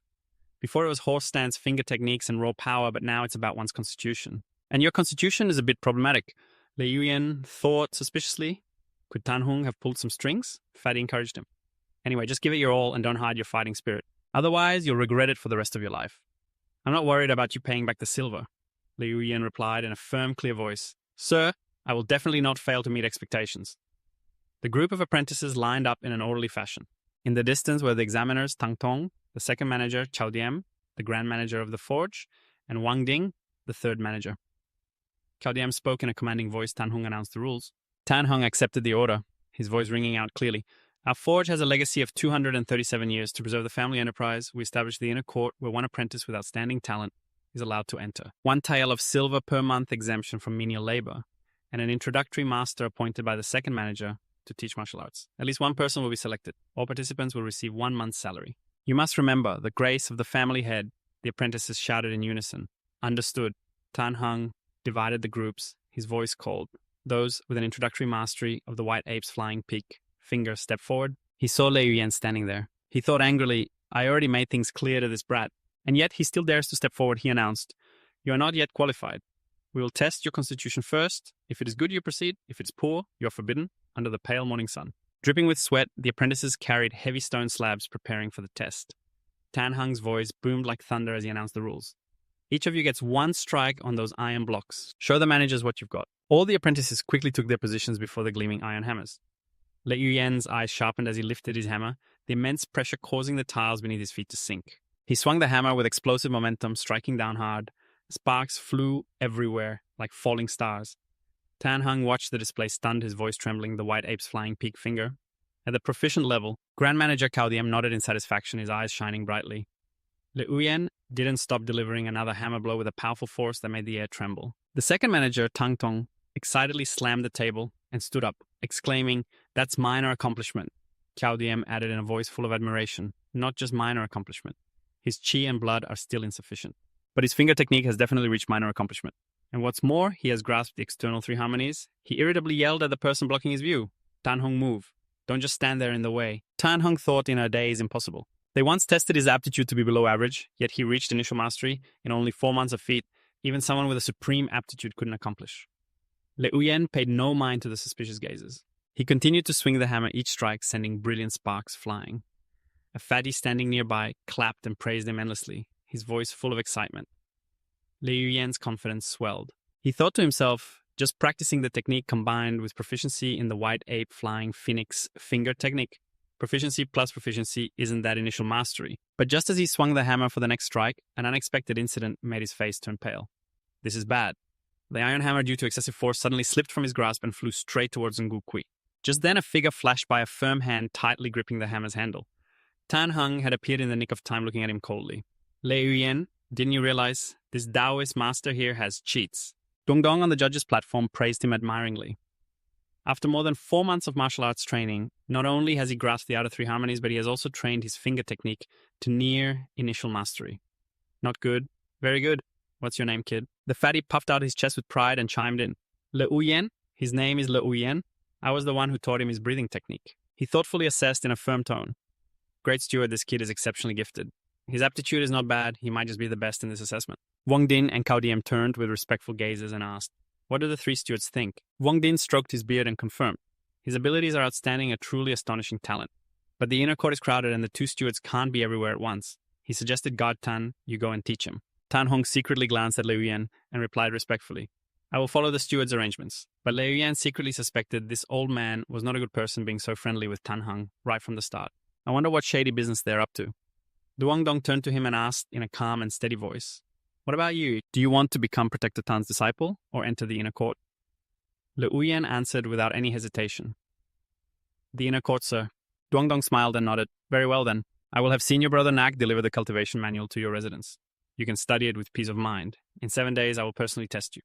Lei Yuyan clasped his hands and bowed his head. Thank you, master. He joyfully announced. Good. The rest of you continue with the assessment. Lei Yuyan, you go get your aptitude tested first. He accepted the order decisively. Understood. A flash of displeasure crossed Tan Hong's eyes as he glanced at him. In the afternoon at the forge, the clang-clang of hammers echoed. Old Truong, with hands as hard as steel, squeezed Lei Yuyan's hand and remarked with satisfaction. Not bad below mid-grade. Lei Yuyan was shocked, thinking to himself that this old man's strength was immense. Someone beside him sighed in relief. Luckily, it's only mid-low grade. A curious boy asked in a deep voice. Sir, how exactly is this aptitude measured? What's considered good and what's considered bad, Old Truong explained enthusiastically with his experienced voice. Assessing bone structure, like judging horses, is all based on the observational experience of our ancestors. He made an enticing offer. Kid, do you want to join our forge? The white ape flying phoenix technique requires forging iron to progress quickly. Lei Yuyan's heart leaped with joy as he suggested. I want to visit the storeroom first before I decide. Is that all right? A voice echoed in his head. Old Truong's storeroom surely has good things, and joining the forge means cheaper materials. Old Truong stood up generously. You came in first place, so there's no harm in letting you take a look. Come, I'll take you to pick a weapon that suits your hand. Seeing them leave, a dissatisfied disciple mumbled. So what if he's first place? His aptitude is nowhere near mine. As long as I train hard, I will surpass him. A guard, seeing someone of high rank, respectfully greeted Old Truong. The old man gave a clear order. Lead the way.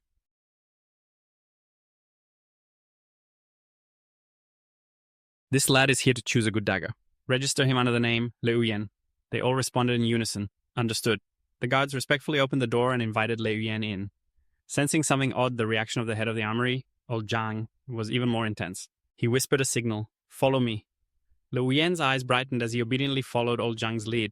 In a respectful tone, he said, yes, sir. Upon entering the warehouse, old Zhang, with a beaming face, eagerly introduced two glittering treasures. Under the light of the oil lamp, these are the Jade Water Blade and the Azure Steel Sword, two world-renowned weapons from our forge. Here in Reclining Dragon Prefecture, they have no small reputation. Lei Yuyan silently observed his surroundings, his gaze sweeping over every corner of the warehouse. He inwardly confirmed that this place definitely had tiered weapons, not just one, but many more. Old Zhang, in a cautious tone, pointed at a blade shimmering with a jade green light. This blade was forged by this old man himself years ago. There are only a few left now. This blade is incredibly sharp. If you are not careful, you will lose a finger. He casually held up the blade before Lei Yuyan's eager eyes. Then he drew a sword and tested its durability with a light slash. He nodded, his voice deep, a fine blade. He turned to the lad, his gaze profound. Do you understand what makes a fine blade? The best weapon users in the world are not swordsmen or blade masters, but blacksmiths like us. Every inch of the pattern on this blade was crafted by me. Just then the system in. Lei Yuyan's head displayed a detailed description. Jade green blade, first tier. Forged by a craftsman determined to become a god of smithing, relying on the 100 refinements soul tempering technique using only cold iron. It can slice a falling hair and kill without a trace of blood. Known as a superior weapon. Requirements: a veteran blacksmith with any blade arts. At minor accomplishment. Effects: blade arts mastery. Light, blade aura, novice forging. Lei Yuyan's heart burned with excitement as he cheered internally. White rarity first tier 3 effects. I really want to use it right now. Old Zhang's experienced eyes sincerely suggested, based on your talent, if you learn from this old man, you will quickly be able to forge superior weapons. Lei Yuyan did not beat around the bush and got straight to the point. Master Zhang, where did you say they were? The old man kindly pointed his finger. Ahead, his voice warm. Over there. Lei Yuyan was momentarily speechless, thinking to himself, did you just lead me on a tour around the warehouse just to show off the jade green blade? Old Zhang, with a radiant smile, urged him. Go on, go. Pick one, the old man gently explained. These daggers here, some are newly forged, some were left behind by previous apprentices. One of them belongs to the old man. If you choose the right one, I will gift it to you. Lei Yuyan without a moment's hesitation immediately chose a dagger, his eyes shining brightly. This one. The system instantly displayed the information master's dagger second tier. Tempered through fire for many years, it has gradually developed a strange spirit from countless kills. Requirements: forging arts at minor accomplishment. Effects: white. Ape's flying peak dagger arts at perfection level. Proficient in 100 weapons. Forging arts at grand perfection level. Weapon talent. Lei Yuyan's heart leaped with joy as he cheered internally. I have struck gold. A second tier dagger with 4 effects. Old Zhang was taken aback by the miraculous choice, asking in astonishment, how? Did you choose it? Lei Yuyan calmly replied, it just caught my eye. I just felt this one fit my hand well, so I chose it. Could it be that this dagger is yours, old man? What a coincidence. The old man burst out laughing, remarking profoundly, indeed, too much of a coincidence. Among so many daggers, you chose the right one at a glance. Our fate is not a shallow one. Lei Yuyan seized the opportunity to propose if our fate is as such. If you would not mind, this young one is willing to learn the art of forging from you. Old Zhang laughed heartily and teased, you crafty kid. What are you planning to call me from now on? Lei Yuyan's eyes sparkled as he asked back, you agree, sir? He thought to himself, judging by this dagger, old Zhang's forging skill is definitely the highest in the entire forge. If I become his disciple, getting promoted to head of the armory will be much easier. The old man smiled, remaining silent for a few seconds then, declared with satisfaction, since we are fated, what is the harm in teaching a pair of hands? This old man is of this age, my skills would be wasted if not passed down. Good talent, a sharp mind. To meet a seed like you at my age is truly fortunate. Lei Yuyan humbly expressed, I am honored to receive your high praise. Old Zhang gently helped him up. Stand up, my good disciple. Now follow your master deeper into the warehouse for a moment. Lei Yuyan bowed respectfully. Yes, Master Old Zhang walked deeper into the warehouse and solemnly informed. Starting this year, the forge will be expanding. Lei Yuyan was surprised. Expanding? The old man casually asked, you know of Divine Weapon Valley, do you not? Lei Yuyan bowed his head slightly and answered humbly, yes, I have heard of it, but inwardly he was boasting, I have not. Only heard of it. I even learned their ultimate technique, the Weapon Dao's killing dagger. The number 1 of their 5 great secret arts. Old Zhang's voice was clear as he explained, Divine Weapon Valley is the great sect of Reclining Dragon Prefecture, with a 1,000-year heritage. Here, they are the heavens. Literally the heavens. Le Uyen, confused and curious, asked. The Imperial Court does not manage them. Old Zhang shook his head wearily. The generals of more than 10 counties in Reclining Dragon Prefecture all come from Divine Weapon Valley. Even the Imperial Court cannot suppress them. Le Uyen was shocked, exclaiming, "Is this still a sect? Even princes and marquises are not this domineering." Under the dim light of the oil lamp in the forge's warehouse, old Zhang, with a profound gaze that seemed to see through all things, began to reveal the secrets of the shop's operations in recent years. They are all closely tied to the Divine Weapon Valley. Their power and prestige spread throughout Chap Long Prefecture. Then the old man narrowed his eyes, his gaze holding a deep meaning as he gave his instruction. Next spring, the Divine Weapon Valley will open its gates to welcome everyone, regardless of their background, to join the sect. Do you understand my meaning? Disciple. Arriving home, Liu Yan's heart was heavy, realizing the lurking danger. He thought to himself, Tan Heng must have known this news for a long time, which is why he tried to stuff Ngu Kui into the inner court. If I delay this year, I'm afraid I'll miss a great opportunity. He was determined. Before the sect gates open, I must advance to the 6th rank weapon master. Fatty walked in with a chicken and a pig in his hands, a radiant smile on his face, his voice hearty. Uyen, you're back. Ah, tonight, I'll show you my skills. Lei Yuyen, with a heavy heart, replied politely. Thank you for your hospitality, head chef. But in his heart, he thought this is the first time he's been so nice to me. Fatty smiled warmly and suggested, Don't call me head chef anymore. Call me Ton Hao, if you'd like. Just call me Brother Ton. Lei Yuyen enthusiastically agreed. All right, Brother Ton, let me give you a hand. While plucking the chicken, Fatty asked with concern, Have you heard about the Divine Weapon Valley? If you can join the Divine Weapon Valley. That's like a carp leaping over the Dragon Gate. If you need my help with anything in the future, just say the word. I, Ton, will absolutely not refuse. Lei Yuyen, while chopping vegetables, didn't. Beat around the bush and made his request right away. Then help me find some gold and raw iron. I have money. Fatty was stunned, his eyes wide. Where did you get the money to buy gold? Lei Yuyen calmly replied, I earned it one way or another, brother. Just tell me if you'll help or not. Fatty didn't hesitate and nodded. Of course I'll help. A few days later, in a small room at a tea house downtown, Tan Heng questioned Cao Dat in a drawling voice. Brother Cao, it's been several days, and you still have no clues about that scoundrel, Cao Dat reported apologetically. Ninku still hasn't been caught. The department is severely short-staffed, so we haven't been able to catch him yet. I hope Brother Tan can forgive me. I've already sent 2 of my men to guard this place for 10 days. The county magistrate is displeased about this and has repeatedly ordered Ninku's arrest.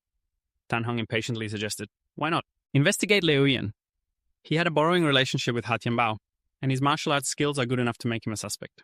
Right, Cao Dat sighed and analyzed, although Trongbi hasn't. Mastered internal energy.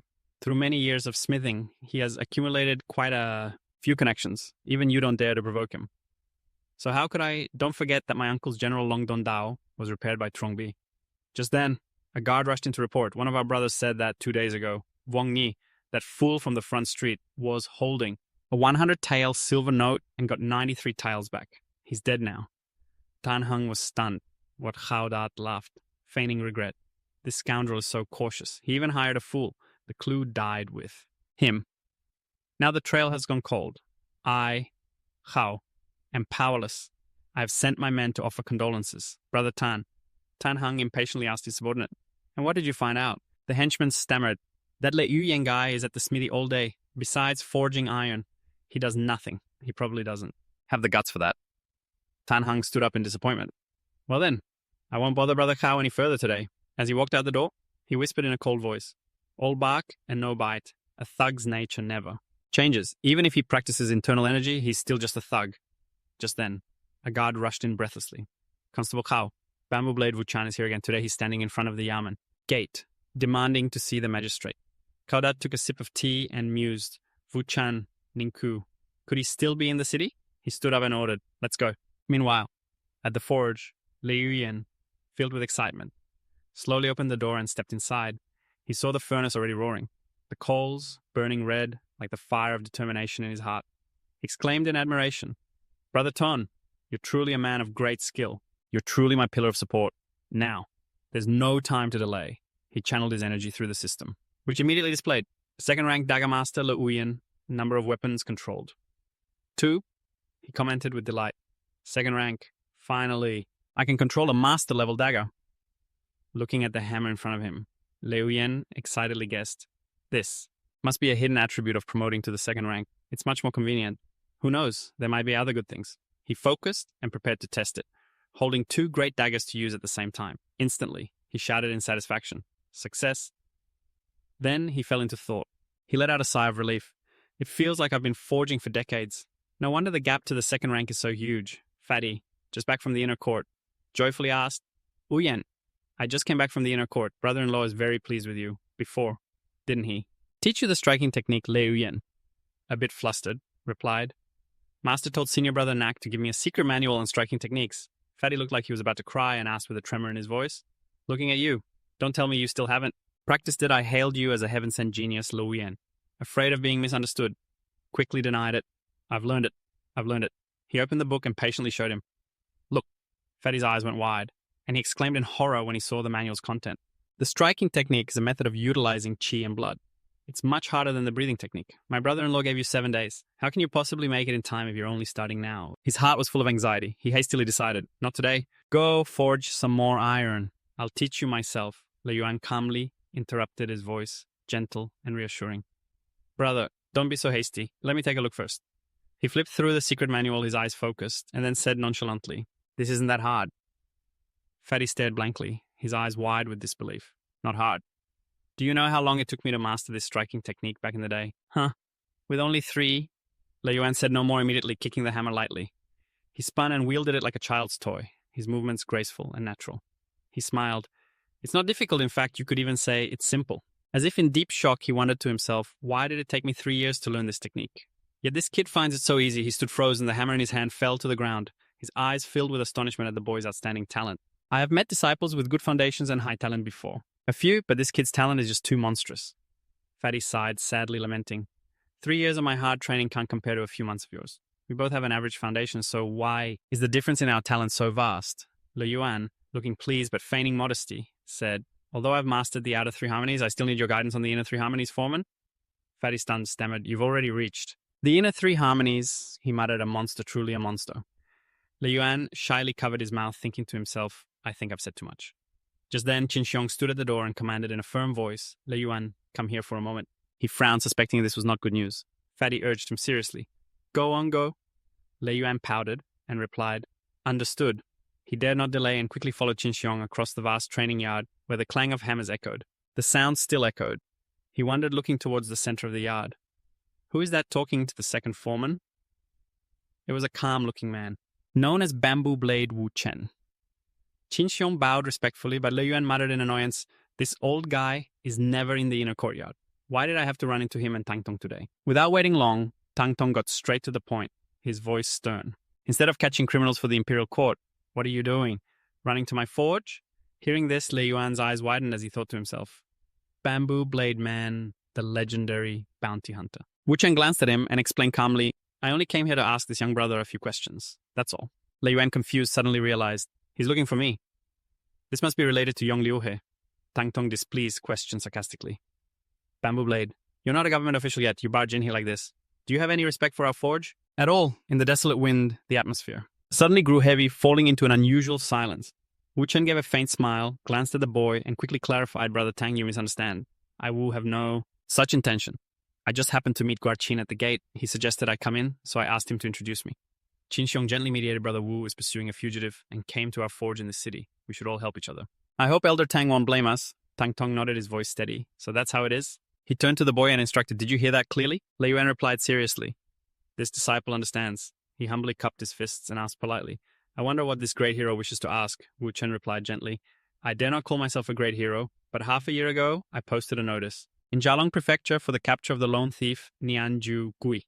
After chasing him to Gaoliu, I lost his trail. 3 months before the new year, I searched all the nearby towns and villages, so I'm certain he is in Gaoliu County. After the murder, if he didn't flee to Fakiao Mountain or Bishui Lake, he must still be in the city. Nianju was born in Tianjin Cave and is a wandering heretic. Even the masters of Divine Weapon Valley have been alerted. If he's not caught, I fear he will cause more bloodshed." He looked at the boy and asked, "Young brother, as far as I know, you were the last person to see the one killed by Nianju. Did you buy anything from his store?" Liu Yuan answered respectfully, "Liu San, reporting to the young hero the day before Liu San was killed. I did indeed buy spices from his stall, but it was only spices. Wu Chen said cordially, young brother, there's no need to bow and cup your fist like that. But Lei Yuan keenly sensed a clue and secretly became vigilant. This is hypnosis. He looks kind, but his heart is dark. I'm afraid he already made his move before asking the first question. How dangerous? Under the flickering oil lamp, Wu Chen continued in a flowery tone, his sharp eyes seeming to want to see through. A person's heart. Really, you only bought spices. Lei Yuan scratched his head, looking dazed, and honestly reported, I also bought half a catty of pork. At that moment, Tang Tong, the second foreman, flew into a rage, roaring like thunder. Wu Chen. Startled as if waking from a dream, he muttered, what's happening to me? Without another word, Tang Tong swung his spear, its sharp aura seeming to tear through the air, aimed straight at Wu Chen. Wu Chen reacted as fast as lightning nimbly. He dodged, but was still injured and knocked back blood staining his sleeve. With two bloodshot eyes, he praised good fist, good spear. Lei Yuan, witnessing the technique, was stunned and asked, Wu Chen, is that internal energy? Despite the pain, he still marveled in admiration. The green snake spear is truly magnificent. Duangdong retorted in kind. The five venoms, Jade Blade's reputation is well deserved. Wu Chen politely bowed and apologized. Pursuing the culprit is a matter of great importance. Please. Brother Duong, forgive me. The surrounding disciples held their breath in fear, not daring to utter a word. Tan Hong hesitantly called out, Elder Duong. Duangdong was silent, then said succinctly, Wuongdin taught you well. He turned his back and commanded in a cold voice, Vantan Leiwayan inside, the rest of you disperse.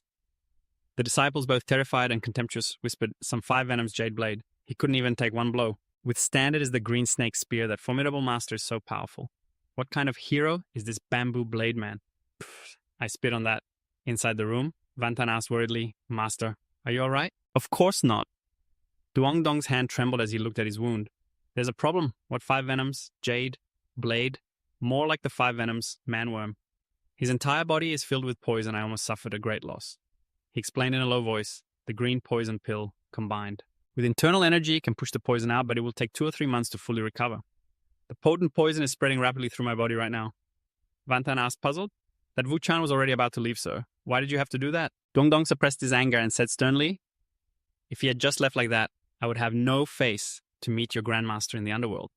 Even in death, the martial world is full of fame, fortune, and slaughter. Sometimes you need to run, sometimes you walk, and sometimes you must even retreat. Remember what happened today. You will encounter it again.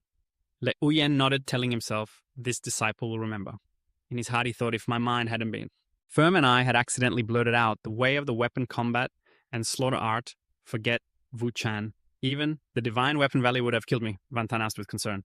Master, what was that martial art Wu Chen used? It looked very bizarre, Duangdong replied pensively. That is called the soul bewitching method.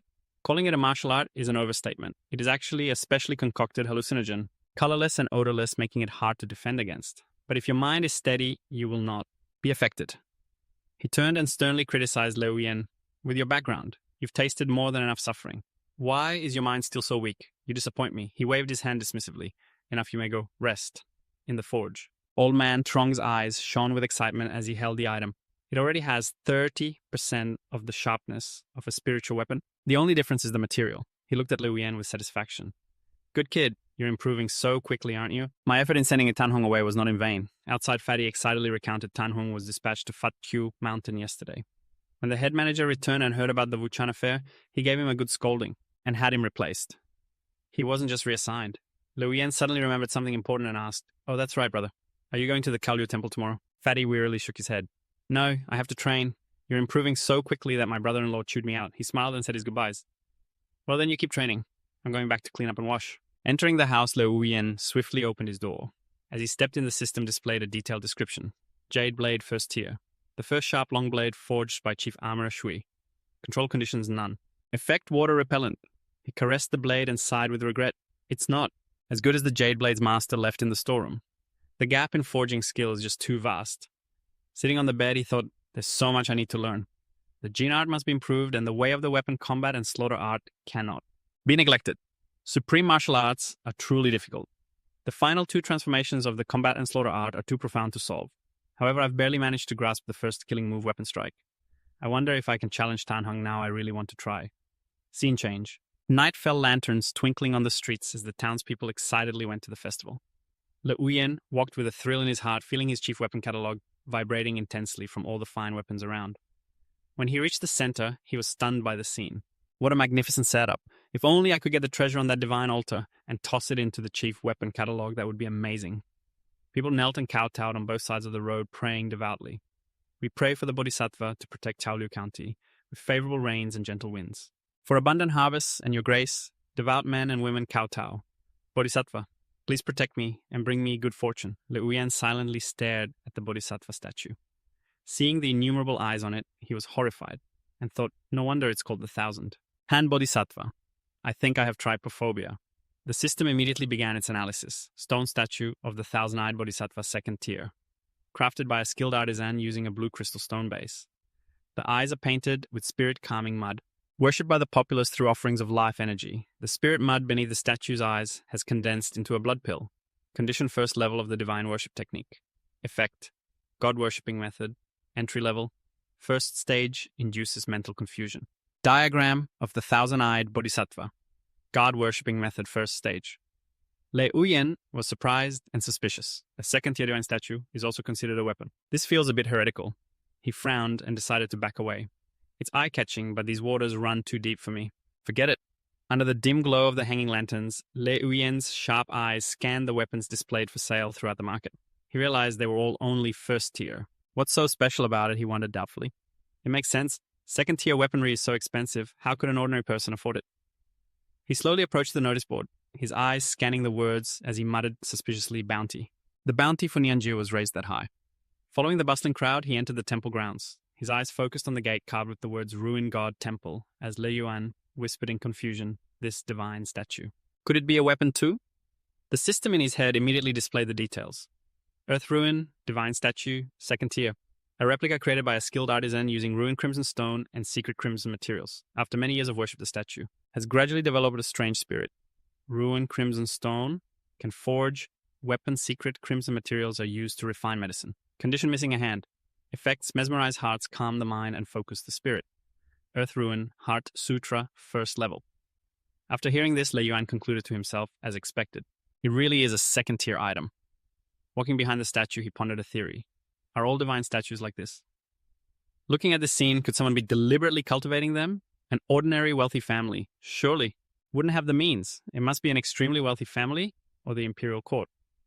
Just then a figure appeared. Feng Yuan, with a calm and unhurried demeanor, blocked his path, asking in a gentle voice, little brother, care for a divination. With his sharp eyes, Le Yuan smiled and thought a fellow practitioner. In the same line of work, he preemptively revealed the Taoist's next line. You're going to say, I'm about to face a bloody disaster, right? You Zhu Dao Ren your profession. It's quite diverse, isn't it? Feng Yuan praised him smugly. No wonder you're the new leader of the forge. Your judgment is sharp too. Looking at the men surrounding him, Le Yuan crossed his arms and studied them. You were targeting me from the beginning, weren't you? Feng Yuan introduced himself politely. This old man is Feng Yuan, and these gentlemen are the Zhu Dao Ren of Zhelong Manor. Targeting you isn't quite right. We just want to get some information. For over half a year, our brothers have pursued him across 1,000 miles. It truly hasn't been easy, so I hope you can understand, little brother. Le Yuan calmly feigned ignorance. That guy, Nian, what does he even look like? I have no idea either. I'm afraid you're asking the wrong person for news. Feng Yuan paid him no mind and pressed on little brother. We want to know what Koda and Wu Shen asked you. Le Yuan clarified the details. Nianjiu has only appeared in the city twice, once to kill Liu Zhu, chief and 2 neighbors, along with a small spice shop owner. The other time, he attempted to assassinate the master of the Lihai martial arts hall, Wang Yuan. Before he finished, a hot-tempered man cut in. Boss, why waste words on him? I say, let's get a little blood first. Then this kid will talk. Feng Yuan chuckled and stopped him, his tone implying Wu Zhen has already asked. So it must be the truth. But this little brother was right about one thing. The old man gave a final warning before turning to leave. I'm afraid you truly will face a bloody disaster very soon. Watching his retreating figure, Le Yuan stood stunned and muttered that tattered shoe. That night the rain poured down. He sat in a corner, focused on stuffing stones into the shoe. After some thought, Le Yuan threw it over the wall, thinking to himself, if all of you remember it so well, then you can have it. Inside, Koda was struck on the head by an object and angrily yelled, Who threw a rock at me? A shoe. What is this? Le Yuan took the chance to run for his life, thinking 3 taels of silver for that shoe. I'll get that money back sooner or later. As he ran, he set a goal. First, I'll master the 6 harmonies penetration technique and cultivate internal energy. After that, I'll join the Divine Weapon Valley, and all future troubles will no longer be a problem. This young master has to get stronger. Meanwhile, in Koda's private residence, he rubbed his head and cursed in frustration that damn thing was thrown with such precision. Wei Xin respectfully reported Chief Ko, this is a top-quality 6 harmonies shoe. The style is a perfect match for Zolong Manor. He inspected it further and added, "And there's something inside the shoe." Koda took a piece of paper from the shoe and slowly read in here. "It can lure out Nianju. What is this garbage writing?" A dog's scrawl would be clearer. He analyzed with suspicion the culprit's skill was so precise to hit the back of my neck from a distance in the pouring rain. He's no ordinary person, but it's just a torn shoe. How can this lure out Nianju without saying more? Koda ripped off the sole. Seeing the material inside, he froze for a few seconds, then crossed his arms in thought. The 6 Harmonies shoe is famous for being wear-resistant stitched as a single piece. It's impossible for the layer under the sole to come off. Is there something inside? Wei-Xin asked. In confusion, Chief Ko, are you certain there's something in there? He mused it's not entirely impossible. Wei-Xin suddenly proposed a theory. Could it be that Nianju couldn't bear to leave because of this thing? The culprit injuring you with a throw was likely a ploy to get us to handle his troubles. Koda was fiercely determined once I catch Nianju. Do you think I won't find out who this culprit is? I'll give him a big lump on his head too. The next morning, under the pale sun, the streets were bustling as curious townspeople gossiped that thief who broke into the government office in the middle of the night. What did he want to steal? I heard from my nephew who works there. He said the thief didn't take any documents or money, he just tossed in a piece of evidence. They say Constable Ko is the one who found it. A torn 6 Harmonies shoe.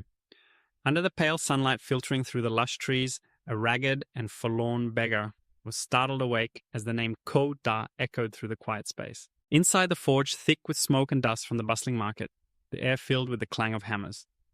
Tang Dong, his eyes as cold and sharp as a blade, gathered his disciples, his stern voice booming like thunder. Today, the constables from the Ko family came to borrow manpower to search for the heavily injured Nianju. Anyone who agrees to join, regardless of whether you catch him. Or not will receive 1 tael of silver. If he is captured, each person will receive 3 taels. Juding will pay half, and our shop will pay the other half. The disciples, filled with discontent, erupted in protest, their voices rising like a tidal wave. 3 taels of silver. You want us to go catch Nian? You cannot be serious. Do you have any idea how skilled that Nianju is? Isn't this just sending us to our deaths? 3 taels of silver is not even enough for a decent funeral. Tang Dong cleared his throat, his deep and intimidating voice silencing all the whispers. The county magistrate has ordered that each household must dispatch a minimum of 10 people. He decisively rejected all opinions, ordering with an authority that could not be defied Yuntan. You will lead Wu Mingliu, Shen Tianding, and Li Yuan on this trip. You have not been out to gain experience in months. What will you amount to? Li Yuan and his brothers shouted in unison, their voices echoing clearly. Understood. Koda, looking apologetic, clasped his hands respectfully. Second manager, I still have to visit other households to borrow men, so I will take my leave. As his figure vanished through the door, Tang Dong turned his dagger-like gaze on the whispering disciples and questioned them fiercely. What? Are you unwilling to go? Yuntan anxiously stepped forward to explain with a worried expression. Master, it is not a problem for us. But this junior brother has only been training for 7 or 8 months. Is it not too soon for him to go out for real experience? Tang Dong's voice was as stern as striking stone as he berated them. What is early and what is late?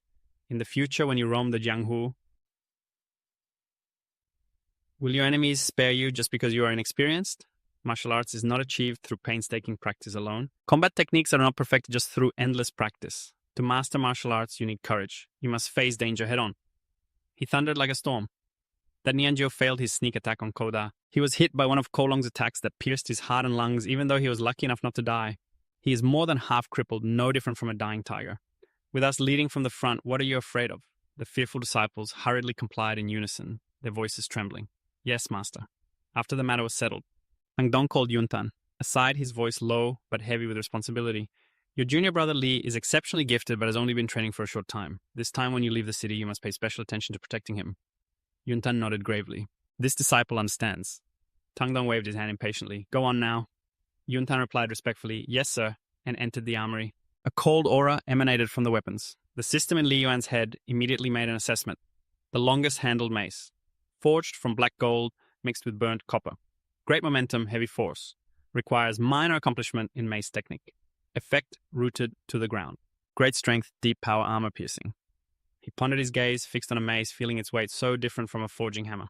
He wondered if it would suit the way of the battle-slaughtering mace. A senior brother with a commanding presence called out in a firm voice. Have you chosen yet? We are leaving. Li Yuan's heart burned with anticipation as he gripped the mace tightly. A real battle is coming. The group quickly arrived at Fakiao Mountain where a cold air hung in the air. The wind howled through the trees like a warning. Yuntan carefully instructed everyone. Do not overexert yourselves or wander too far. You must retreat when night falls. One person will stay behind to watch the master's horse. Do you juniors understand? Everyone immediately complied, shouting in unison, Understood. The group headed deep into the forest, concentrating on the search for clues, their eyes scanning every bush and every footprint. Yuntan kept urging them on. Move quickly, we need to search these hills before nightfall. Suddenly, a blood-curdling scream shattered the quiet. Startled, Li Yuan gripped his mace tightly. He thought to himself, did they find Nianju already? In the distance, the watching Kolong turned his head to look. Deep in the forest, a gaunt Nianju struggled to his feet among a pile of corpses splattered with fresh blood. He spat out a mouthful of blood in fury, growling a vow, Wujian Kolong. And that constable too. I swear I will kill all of you. At that moment, a group of people suddenly rushed out from both sides shouting, Nianju is over there. He is heavily wounded. Capture him for a great reward. Amidst the pitiful screams, Li Yuan's group cautiously formed a defensive circle. Yuntan gave an urgent command. Fall back and find cover. Stay hidden and protect yourselves. The juniors immediately obeyed. Understood. In the next instant, they scattered like lightning. Li Yuan hid behind an ancient tree, thinking to himself. No wonder the second manager said martial arts requires courage. From the distance, the pleading cries were endless. Do not kill me. Help is here. Get him. Hurry up, Liu Yan, thoughtfully analyzed with Nianju's methods. They still had time to send a signal. It seems he's truly seriously injured. It's better to be cautious than a rush. He cleverly crouched and hid behind the tall grass. Just as he looked up, his eyes fell upon a headless corpse. Fresh blood was still dripping. A small unexpected sound rang out. Le Uyen wisely dropped to the ground. A thief was stealthily taking the opportunity to loot the corpse, muttering, You're dead anyway. If you keep your money, someone else will just enjoy it, so you might as well give it to me. Le Uyen silently cursed this Jianghu scum. While the thief was busy looting, a figure lunged forward. Qichuan, quick as a flash, slammed the thief's head into the ground. Witnessing this, a shocked Liu Yan exclaimed, Isn't that the blade wielder who was with the fake Taoist priest? Qichuan gloated sarcastically. Not much skill, but you've got a fair bit of silver. In the pitch-black darkness of the deep forest under pale moonlight filtering through the canopy, Le Yuan crept like a hunting leopard, watching in secret. Qichuan was gleefully counting the money pouch he'd just snatched, his face lit with greedy delight. Before he could enjoy his spoils, Qichuan suddenly shot up fierce as a starving fox, his eyes flashing with killing intent. Who is it? To avoid detection, Le Yuan cleverly moved with the wind, his footwork as light as a falling leaf. He unleashed a powerful blow aimed straight at Qichuan's head. Ambushed from behind, the man was slammed face first into the dirt, groaning in pain. The cunning Le Yuan quickly snatched the money pouch and didn't forget to stomp on his head one last time before leaving as nonchalantly as if he'd just won a game. Qichuan, his face smeared with mud, screamed in fury, his voice cracking from the pain. Who was that? He trembled, groaning in pain. It hurts so much. After the short fight, Le Yuan felt a rush of excitement, his breath coming in ragged gasps as hot blood surged through his veins. What a rush the adrenaline is pumping. This is even more exciting than fighting that He Xianbao fellow. Good thing my finger technique is solid. If I hadn't controlled the force, I'm afraid I would have killed him. His face flushed as he examined his loot, his eyes gleaming as he counted. More than 20 taels of silver. This is way faster than hammering iron. Liu Yan proudly boasted of his skills, this young master. Even uncle. Lu would be impressed about my master-level finger and scythe techniques. If I faced him directly, I could still beat him. To think a sneak attack wouldn't succeed would be an injustice. He smiled, remembering, last time you threatened me with your blade. Today, this young master gets his revenge. Le Uyen calmly tucked the pouch into his robes, his hand gripping the thantri blade firmly, his gaze swept around vigilantly. Where is Nianju far in the distance? Nianju, his body covered in bloody wounds, thought with burning resentment. I refuse to accept this. To just leave like this. You want to kill me? Then you'll all die with me. The pursuers ordered a search. Nianju is definitely close by. Hiding on a high branch, he swore. Damn it! With one eye blazing red, Nianju plummeted down at a terrifying speed, unleashing a sharp wave of chi that cut a man down, right in front of their leader. A mysterious masked man spoke in a deep voice. The body tempering of the Heavenly Army Grotto is truly exceptional. To still have the strength to slash wildly while so heavily injured. A pity about your internal organs. The technique is good, but you're just trash, he sneered. If I hadn't been protecting you, Kulong would have killed you long ago. Nianju asked, suspiciously. You are the one who led Kolong's men here before. Mask, do we know each other? Or are you from Gaoliu County? The masked man answered coldly. You don't need to know who I am. Just remember that I helped you, and one day, you must repay this debt. Before leaving, the masked man tossed him a medicine vial. I'll handle the pursuers and Kolong. Nianju was shocked to handle Kolong. Who are you? How can I repay you? The masked man left with a final sentence before vanishing into the darkness. When that day comes, I will find you. Nianju's gaze fell upon the pill, recognizing it as a top-grade origin replenishing pill. He muttered stubbornly, telling me to run. Not a chance. Anyone who dares to hunt this old master must die. Meanwhile, Lei Yuan was deep in thought. My chi and blood still haven't fully circulated, and I'm far from major completion. But with my master level finger technique and scythe arts, even a few of those blade wielders at major chi and blood completion are no match for me. He thought excitedly, no wonder they say that if you survive a bloody battle, it saves you 10 years of hard work. After just a few sneak attacks, my striking arts have already improved so much. Suddenly a scream echoed out. He quickly hid behind a bush. Outside, terrified cries mixed with the thuds of bodies being struck. He's here, no. No one escapes. A body fell, staining the earth red with blood. Nianju emerged, sneering. You think the likes of you can catch me? You're dreaming, Liu Yan thought in shock. He's that badly hurt. But he's still this ferocious. Nianju coldly pulled a dagger out of his chest, and the wound closed in an instant.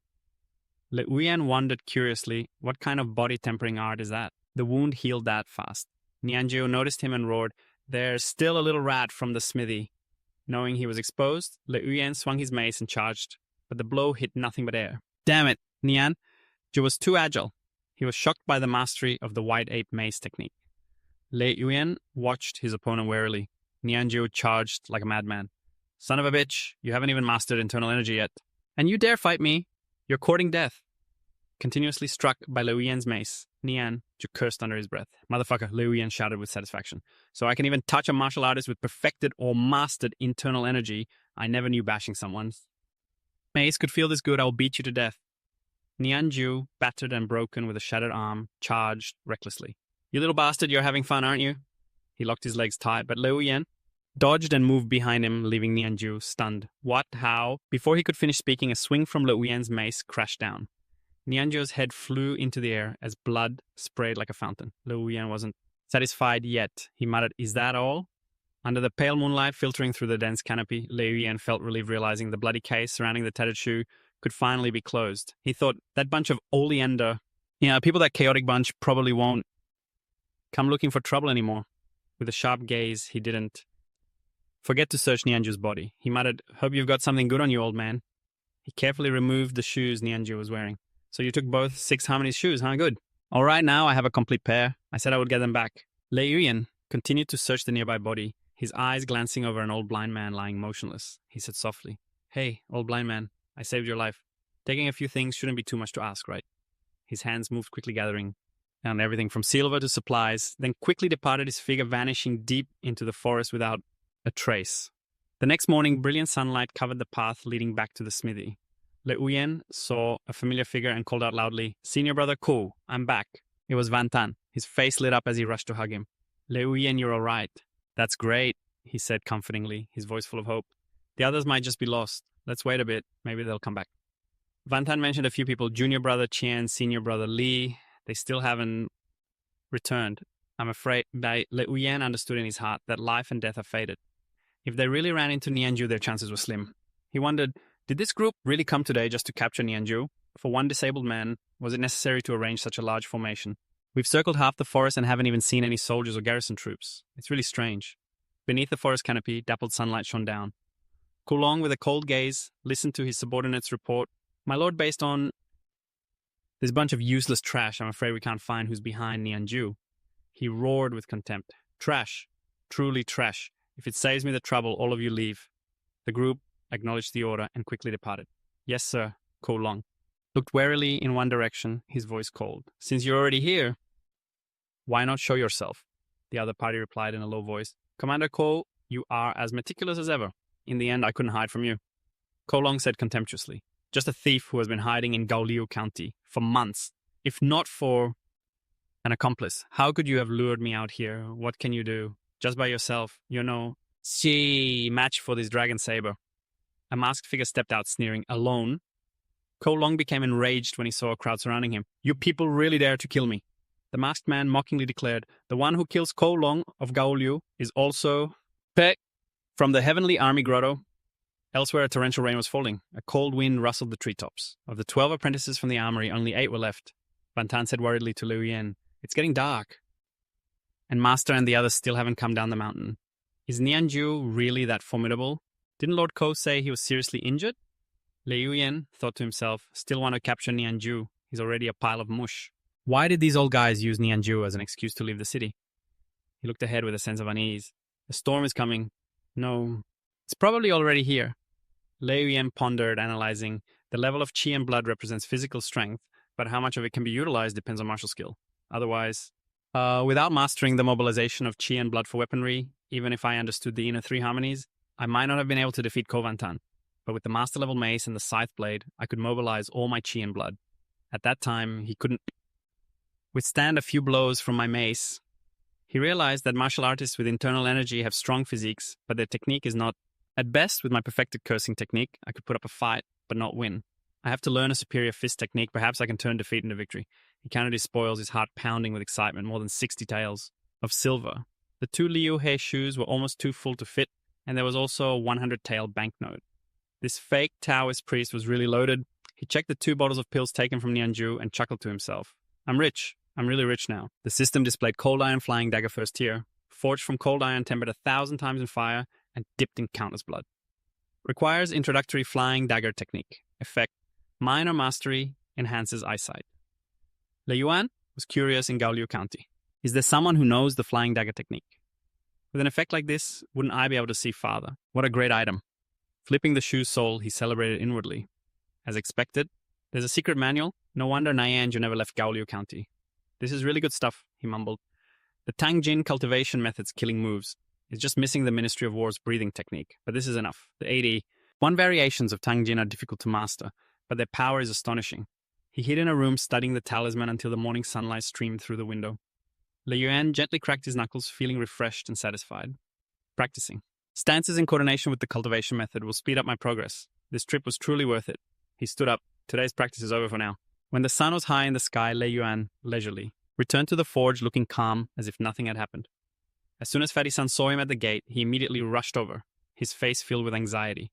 Lei Yuan, I heard from the others who returned earlier that Chulong was killed by Nianju. What about my brother-in-law? Is he... All right, Lei Yuan gently patted his shoulder, his voice reassuring and confident. Second manager is still on the mountain. I'm sure he'll be fine. Wang Dong and Xiahou Liang are both severely injured. What about the second manager? How could anything happen to him? Don't you worry. Hearing this, Fatty-san sighed in relief, his expression softening, as if a great weight had been lifted. He mumbled with conviction. That's right. How could anything happen to someone as formidable as my brother-in-law? How could anything possibly happen? Right, did you run into Nianju this time? Without a moment's hesitation, Lei Yuan answered smoothly, concealing the truth. I didn't see him. Some of the brothers might have, but they still haven't. Returned yet? He skillfully changed the subject, his tone light. I heard Nianju killed Commander Chu. It seems someone has already disposed of Nianju's body. But I'm quite confident I could have killed him myself. Fatty-san glanced at him, his eyes glinting with suspicion. So you didn't see anyone at all? Lei Yuan walked past him, turning his head slightly to reply in a calm voice. I'm a wanted criminal. If I had really run into him, I might have been the one left lying there. These words seemed to convince Fatty-san, who nodded in agreement. Lei Yuan nodded slightly, his voice deep. All right, I remember. He pushed open the kitchen door, muttering with a hint of fatigue as he walked. I'm dying of thirst. I need some water. Walking over to the large water jar in the corner of the room, he scooped up a full ladle and gulped it down in one go. After quenching his thirst, he wiped the corner of his mouth with his hand and turned to ask Fatty-san brother. Did you buy all the medicine I asked for before I left? He looked at him and answered curtly. I'll get it for you in a bit. Dusk began to fall and night descended upon the quiet forge. Lei Yuan sat silently under a large ancient tree and took out a medicinal pill, placed it in his mouth and chewed slowly. He calculated in his head, his eyes brightening. After taking the medicine, I'll continue cultivating. At this rate, it'll only take 4 or 5 days to fully absorb its medicinal power immediately. His body filled with vitality, his qi and blood surging like rolling waves. The medicinal essence is rising so fast. As expected of a precious medicine, the effect is potent. I'm getting deeper and deeper in debt. The meridians in his body felt as if they were being cleared, and a powerful stream of energy enveloped him. The feeling of a breakthrough was imminent. Just then, the door burst open, startling Lei Yuan and forcing him to stop his cultivation. Yunjin appeared looking rushed and called out loudly, Master has returned, but his severely injured elder son junior brother Yuan Master is calling for you both immediately. Lei Yuan turned his head, his eyes filled with disbelief and shock. Master is severely injured. Fatty-san shot out of the house like an arrow, his limbs flailing as he shouted in a panic, I'm coming right away. Entering the room, they saw Tang Dong sitting on a chair with his eyes closed, meditating to recover. Wounds on his body were still oozing blood, looking extremely serious. Lei Yuan and Fatty-san, following Yunjin, spoke in unison, their voices filled with worry. Brother-in-law, Master, are you injured? Tang Dong gently rubbed his chest, his voice unusually calm. I almost died. Seeing his master's condition, Yunjin immediately knelt, his voice pleading, Master, please go. Get your wounds treated. I'm begging you. Dang Dong trembled slightly, his face showing a sense of helplessness. It's useless whether I get it treated or not. He forced himself to sit up straight and pulled open his robe, revealing a long gash across his chest so deep that the white of his bone was visible inside. Look, it's already like this. Luoyan exclaimed in horror. Even a second-tier inner armor couldn't. Block it, Ton Bantu. Both worried and furious pressed brother-in-law. Who on earth injured you? Duangdong adjusted his armor, his voice low. It was Haolong. All three of them were stunned upon hearing this Haolong. Isn't he already dead? Knowing he wouldn't make it. Duangdong picked up 2 sheets of paper from the table. His voice weak. It doesn't matter who it was now. The three of you listen up. Although the inner court disciples have no shortage of people who have reached great completion in the Blochi hammer technique, there are not many who truly have a hope of breaking through to the internal energy realm. He looked straight at Liu Yan, his gaze sharp. Liu Yan, you are very good. Although your constitution is a bit lacking, your advantage is your high talent. You have a chance to enter the Divine Weapon Valley. Liu Yan quickly advised, his voice full of worry, Master, don't say any more. You should treat your injuries first. But Duangdong didn't listen. With a trembling hand, he held out 2 sheets of paper. Van Tan recognized them immediately and exclaimed in surprise, the fundamental diagrams. The corner of Liu Yan's mouth twitched as he rejoiced inwardly. Good stuff. One is the white ape strength. The other is the green serpent halberd. This paper could be considered a weapon recognition system. Information immediately appeared in his mind. White ape flying wind hammer technique. The most fundamental diagram. First tier martial artist hammer technique at great perfection level. The fundamental internal energy diagram has been inscribed on the skin of a white sandalwood spirit antelope. Those who have reached great completion in the blood chi hammer technique can comprehend it and grasp the essence of internal energy. Requirement for use. Great completion of the white ape flying wind hammer. Effect white. Ape flying wind hammer. Great perfection. Ape arm. Wind waist. White ape strength. Duongdong began to explain, his voice weak but firm. This is the fundamental internal energy diagram for the white ape hammer and the green serpent spear. Only a martial artist who has cultivated a single martial art to great perfection and then broken through can create such a treasure. Without this diagram, to break through to the internal energy realm, one must cultivate the hammer technique to perfection. In the past 200 years of the forge, there haven't been many people with that ability. Liu Yan stroked his chin, calculating inwardly, I've never heard of this thing before. Who would have thought that the white ape flying wind hammer is divided into stance training, cultivation methods, breathing techniques, and striking methods. And on top of that, there's a fundamental diagram. Perhaps this is the real method to control the inner court disciples. Does Liao Bing's path of killing hammer also have a fundamental diagram? At this moment, Duangdong seemed to have exhausted his strength. Cold sweat rolled down his cheeks as he continued speaking. Wavering initiation, proficient minor completion, major completion, and perfection go without saying. Before internal energy, blood chi martial power only has these 4 levels.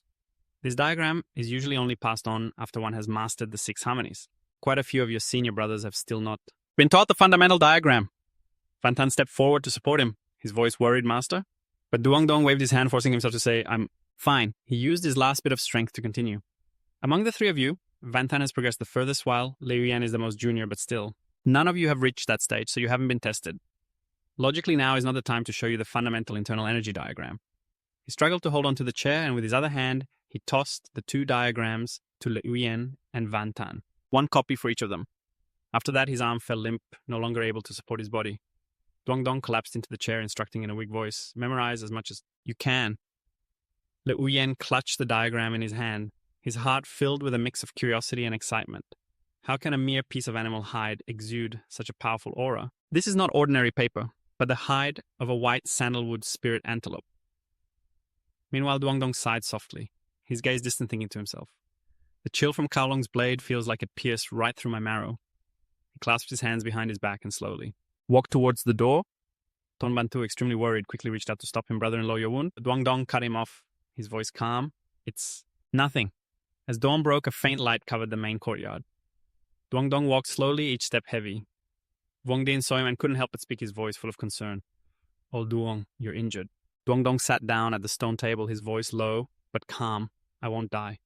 But more than half of my martial arts have been crippled. Kowlong's blade is too sharp. Even a top-grade spirit pill couldn't save me. He looked at Wang Din and Tao Diem and began to talk about his upcoming plans. Before the Han Shui army arrives, this old man will leave Chaoliu. But you must help me with one thing. Next year's Divine Weapon Valley assessment is for Ho Van Tan, Le Uyen, and Ngo Men. The three of them will remain. Wang Ding glanced at him, his eyes filled with doubt. There are only 6 spots for the weapon forge. You've already decided on 3 people this isn't. Quite right. Duongdong frowned slightly, his voice conceding fine. The old master has yielded to you. Tao Diem sat down beside him and chimed in gratefully this time. If it weren't for old master Duong, it would have been difficult for me to escape. The 3 positions are yours to decide. Wang Ding hesitated, adding worriedly, but we still don't know when the Han Tui army will arrive. The night is long and full of troubles. Old master Duong, you should leave tonight. I will have someone escort you to Duxung Prefecture. Suddenly, Dungdong coughed up a mouthful of fresh blood. He wiped the blood from the corner of his mouth with his hand, his voice grim. All right, I'll leave tonight. Seeing his haggard appearance, Tao Diem took a small vial from his sleeve and offered it to Dungdong. Here, this is a top-grade chi replenishing pill from the Four Seasons Herb Hall. It will ease your pain a bit on the journey. Dungdong accepted it with a slight bow, his voice low. Thank you, great shopkeeper. He stooped and walked toward the gate, muttering to himself, his voice tinged with regret. The armory has stood for over 200 years. Generations have poured their hearts into it.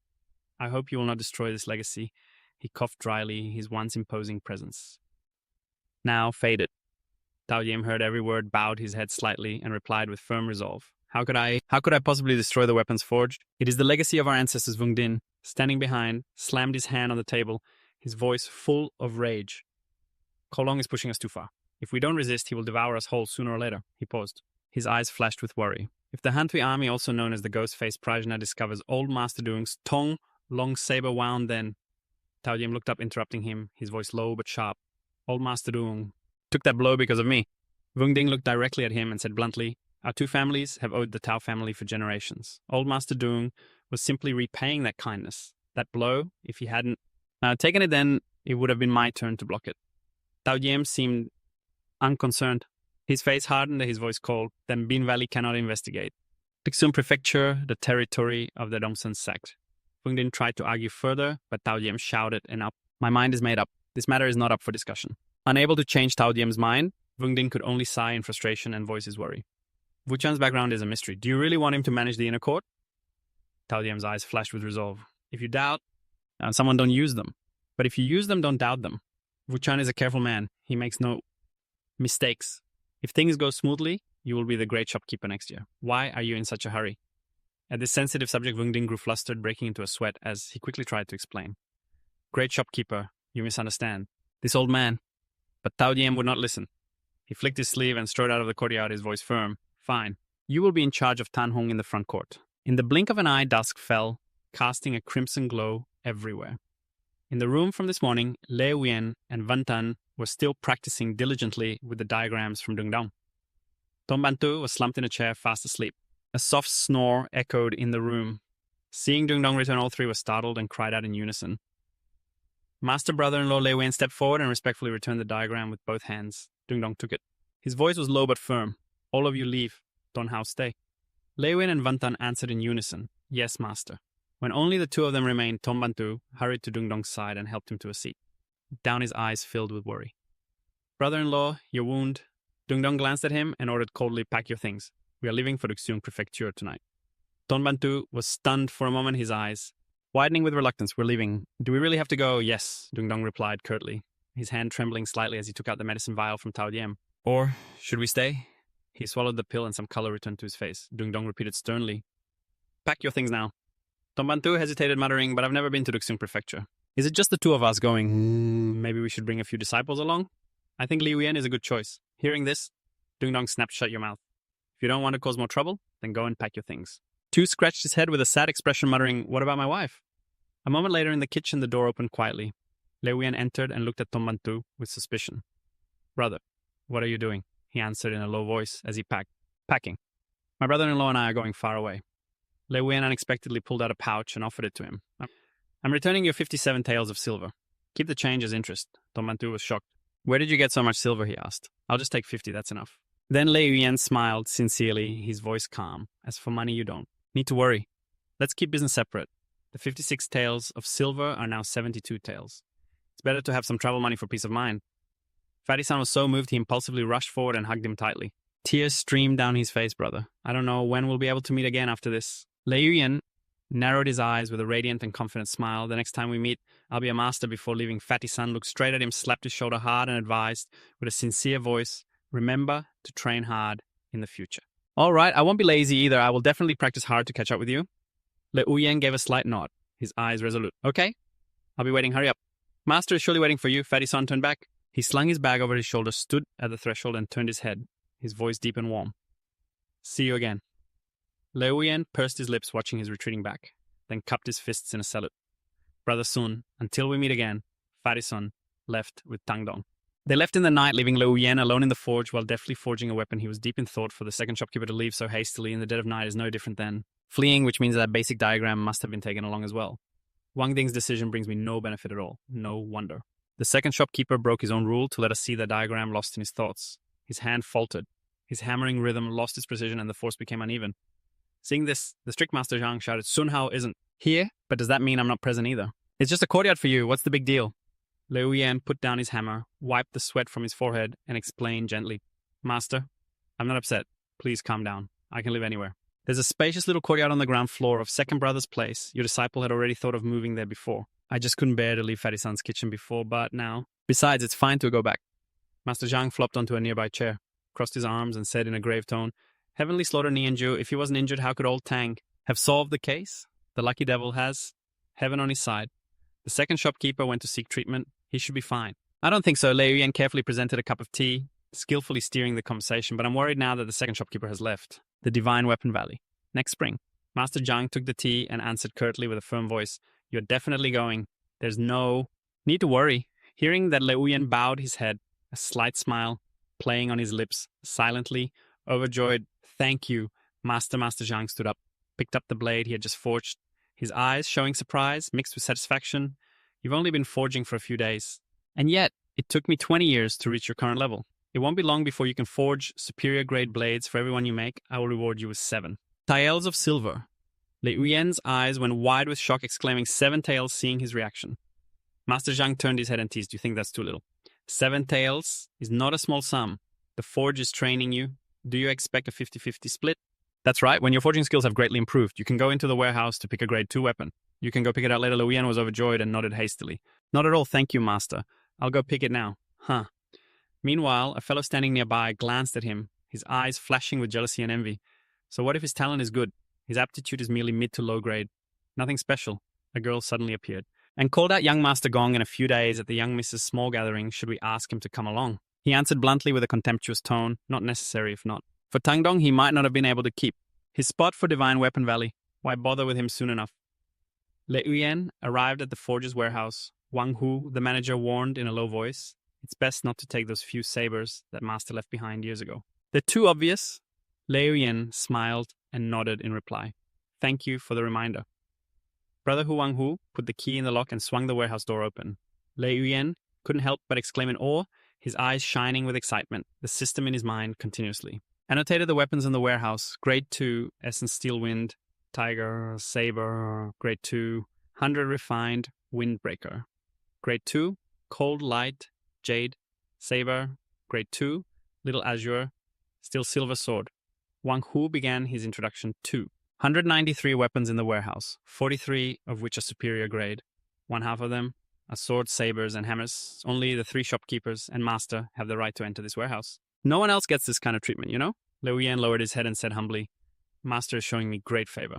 I feel a little embarrassed as he picked up a mace to look at it. Wang Hu explained, This mace is the old master's masterpiece. Master Sui's only regret is that it is too heavy. Le Uyen replied enthusiastically, It truly is a masterpiece. Suddenly the system chimed with a notification making Le Uyen turn around curiously. Black silver close-fitting soft armor. Tier 2, refined from black silver, mixed with jade crystal copper, and woven into soft armor. Soaked in a white solution for countless years, it is both sturdy and durable, yet flexible, able to resist internal energy and withstand slashing attacks from light weapons below Tier 2, usage requirement, grand completion in any horizontal training. Effect. Makes it difficult for light weapons to injure, enhances horizontal training talent. Looking at the information provided by the system, Le Uyen reached out. His hand touched the soft armor, his eyes sparkling with excitement. Seeing this, Wang Hu gently reminded him, Junior brother, this soft armor is too precious. If you take it, Master will have to pay for it. Le Uyen quickly pulled his hand back, scratching his head with a regretful tone. Don't worry, Brother Hu. I'm just looking. After glancing over the row of precious weapons in the warehouse, Le Uyen spoke tactfully, his voice full of meaning. Sorry to bother you, Brother Hu. But please register that I want to take the jade crystal. Copper sledgehammer.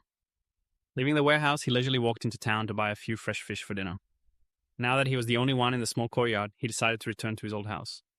Suddenly, a familiar figure passed by. His gaze. Tan Hong. Le Uyen pursed his lips and thought to himself, the second manager just left and Tan Hong has already been transferred back. Truly, when a person leaves, the tea grows cold. Night fell and the full round moon outside the window cast a chilly light into his quiet room. Le Uyen was training hard, sweat beading on his forehead. A moment later, he felt a new surge of power awaken in his body. I've broken through. He began to test it, his entire body radiating powerful spiritual energy. The force gathered to a single point and erupted in an instant. It was as if an additional inner membrane enveloped him, causing his defensive capabilities to skyrocket. He was just the six harmonies unification away from touching. Internal energy. A thought flashed through his mind. Can I fight Tan Hong now? Just as he stepped outside, Lelam grinned, his voice cheerful, taking a break. Let's cook these 2 fish tonight, Le Uyen replied enthusiastically. Brother, why are you so happy? Lelam looked at him and announced with excitement. Next year our family will have a new member. Hearing this, Lelam's wife came out putting on a stern face and scolding her husband. Why did you have to say that? Le Uyen's eyes lit up as he turned to his sister-in-law to confirm. Sister-in-law, you're pregnant? She blushed shyly and explained, I told him to wait 3 more months before telling you, but this mouth of his can't be controlled. After hearing this, Le Uyen's voice became firm and full of spirit. Then I'll have to earn a lot more money to save up for my nephew. Lelam grinned from ear to ear, carrying the pot of fish inside and advising, as for you, just focus on your training for now. Suddenly, Le Uyen remembered something and his expression tensed slightly. Tan Hong seems to have designs on my sister-in-law. Most of the time, he's at the Chayu district with his mistress. The next morning, Chao Dian summoned Tan Hong early. The two of them strolled through the courtyard while talking. Niu Gui may have a mid to high-grade bone structure, but his talent is ordinary. It's been 8 months and he still hasn't mastered it. Giving this spot to him is a waste. Tan Hong walked behind. His voice laced with dissatisfaction and confusion. The Divine Weapon Valley prioritizes bone structure. Niu Gui doesn't. Qualify, but that kid with the mid to low-grade bone structure does. How can that be? Cao Dian replied sternly. Le Yuyen's bone structure is not good, but his talent is exceptional. In 4 months, he reached minor completion in the sledgehammer technique. How many in this Chaoliu County can compare? He turned to face Tan Hong directly. How long did it take you to reach minor completion in the sledgehammer technique back then? Tan Hong hesitated. It took 1 year. Cao Dian continued, his voice sharp. If you can get the sledgehammer technique with Niu Gui's chi and blood to minor completion, then it is not entirely out of the question. For him to get a position, he leaned in subtly, reminding Tan Hong, your internal energy is abundant. 3 to 5 months of training will yield results. The most important thing is a steady mind. Tan Hong gritted his teeth and reluctantly nodded. Understood. Just then, old Zhang walked in from the courtyard gate, his voice excited. Manager, great news. He handed Cao Dian a newly forged sword. Cao Dian examined it, his eyes showing a mix of surprise and delight. It is just lacking a bit of heat treatment. From becoming a high-grade weapon. Who forged this? Old Zhang nodded proudly and replied, my disciple Le Uyen. Seeing he was no longer needed, Tan Hong cupped his fist and asked for leave. Great manager, I will get back to my duties first. Cao Dian nodded. You may go. Watching Tan Hong's dejected figure, old Zhang chuckled gleefully. Cao Dian held the sword, marveling in admiration. To think he has this level of talent, old Zhang raised a fist, his voice firm. It is heaven-defying and absolute genius. As long as the shop gives him full support in less than 10 years. Maybe even 5 or 6 years, he will be able to surpass me. By then, he alone will be able to forge supreme-grade weapons. Cao Dian understood the implication and smiled, slightly nodding. With such great talent, the shop will naturally give him its full support. That night, in Chaingu, Ward Tan Hong was teaching his disciple, his voice filled with irritation. Are you an idiot? I've told you so many times. Power comes from the ground, your right foot, heavy, your body, like a nimble ape, your form, relaxed, not this slow. Who could you possibly knock down like that? Ngu Kui stammered variations. Tan Hong roared, his face beet red. Variations. What kind of mess have you turned the ape form variation into? Huh? Seeing Ngu Kui failing to meet his expectations, he was both angry and helpless, muttering, useless trash. Tan Hong's lover stood by, holding his arm and soothing him gently. Don't get worked up over this good for nothing. But Tan Hong's anger had not subsided as he cursed Ngu Kui viciously, stupid as a pig. Divine weapon. Valley. Don't make me laugh. If it weren't for me, you wouldn't even get into the inner sect. He steadied himself on a chair and sat thinking to himself, there are only 3 ways to enter the Divine Weapon Valley. First, be under 12 years old with superior aptitude and pay 300 taels of silver. Tan Hong closed his eyes and leaned back, a troubled look on his face. Second, be a renowned martial artist who could be Invited to become a guest elder. I don't qualify for that path. That leaves the third way. An inner sect disciple with a relative who has developed internal energy can be recommended to join the elite Divine Guard army of the Divine Weapon Valley. His lover, skillfully trying to please him, knelt at his feet and began to massage him. Master Jia Koluk and Huang Bin just brought this month's silver, but because there are still over 30 outstanding payments collected, we've only received less than 100 taels of silver. It's much less than when Tianbao was here. Tan Hong frowned and confirmed, less than 100 taels of silver. This amount isn't even enough for me to cultivate my internal energy. Have you urged them? His lover nodded, her voice certain I definitely have. Just then, another disciple tiptoed in and announced, Master Tan, I'm here. Tan Hung leaned back and said curtly, Speak. The disciple began to stammeringly report his findings. Other than a trip to Kyoson, Leuyen rarely leaves his shop. He's always practicing martial arts or reading. He rented a courtyard for 4 taels of silver. He spent another 6 or 7 taels on wine, meat, rice, grains, and various clothes for his home. He has been nourishing his body daily for 4 months and every 5 to 10 days. He takes a medicinal bath. Over 4 months, that's 8 taels. Before that, he also spent over 40 taels of silver to buy warm blood pills from the Four Seasons Herb Hall. Other miscellaneous items cost another 2 or 3 taels, and he also bought 2 sets of clothes. After hearing all this, Tan Hung's face darkened. He slammed his hand on the arm of the chair, his voice sharp with irritation. Is there anything else? The disciple flinched and mumbled, Master Tan, that's all. Tan Hung flew into a rage, roaring. So he's been using my silver to fund his achievements. Leuyen, meanwhile, at his home, Leuyen was soaking in a medicinal bath mixed with precious spirit herbs to clear his meridians. He let out a shout. In his mind, channeling a massive surge of energy into the mace. Instantly, with a thunderous bang, the bathtub exploded into pieces. The system sent a new notification. Strength of 1,000 jinn, those without superior aptitude and innate talent cannot wield the mace. You have frequently wielded the mace, attaining the strength of 1,000 jinn. Your stance is imposing, your force is heavy. Those who wield a mace for many years develop sturdy limbs, and every move carries immense power. Armor-piercing. A body tempered by external cultivation. Cannot stop an armor-piercing heavy mace, as it shatters external tempering as well. Leuyen was overjoyed. Qi and blood at grand completion.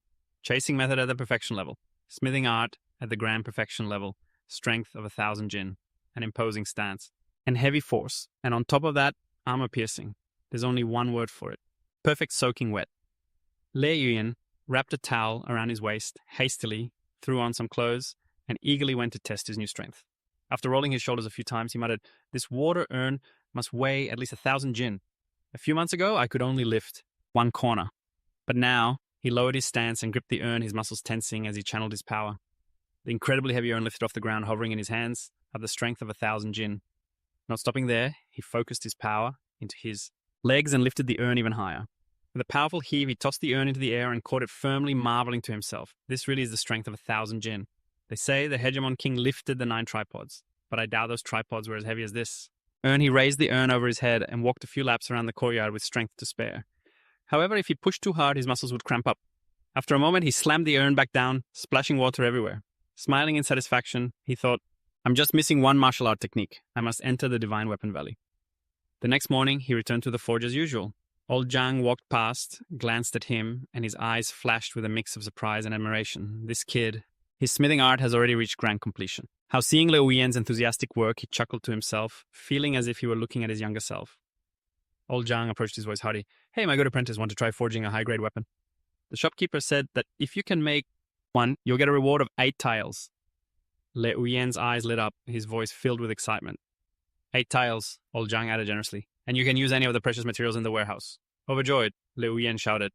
Thank you, master. He muttered gleefully, I've struck it rich. Elder Zhang stood observing, then sternly instructed, your control over the heat is not yet proficient. To truly master it, practice for a few more days. If the heat control is off, even slightly, the price will differ tenfold. Give me your hammer as your master, I will demonstrate for you. Leuyen respectfully replied, Thank you, master. In a flash, it was noon, and everyone in the workshop headed to the kitchen to eat. Leuyen walked slowly, wiping the sweat from his forehead with a towel. Suddenly Van Tan appeared and asked loudly, Junior Brother Le, in 4 days in the inner city. There's a small fair. Do you want to come along? Leuyen asked in surprise. Are you talking about Miss Lowe's fair? Van Tan nodded and explained, Didn't Elder Zhang already tell you next year our institute has 6 spots for the Divine Weapon Valley assessment? Leuyen suddenly remembered and nodded. Master did mention this. Van Tan continued. His voice was clear. Divine Weapon Valley is a great sect, 1,000 years old. All the county cities in Chaplong Prefecture follow its lead. They are the true overlords. The last time Divine Weapon Valley opened its gates was decades ago. Normally, none of us would be qualified to join. This opportunity absolutely cannot be missed. Lewien gratefully cupped his hands. Thank you for the invitation, senior brother. Van Tan turned to leave but looked back, saying casually, Master told me to look after you, so there's no need for thanks. I came here to tell you this. Now I'm off to check on the other junior brothers' training. Lewien replied politely, understood, senior brother. As he walked through the corridor, he saw two fellow disciples whispering. When they saw him, they quickly dodged him and hurried away. Lewien pursed his lips, thinking to himself, those two. They must have a guilty conscience.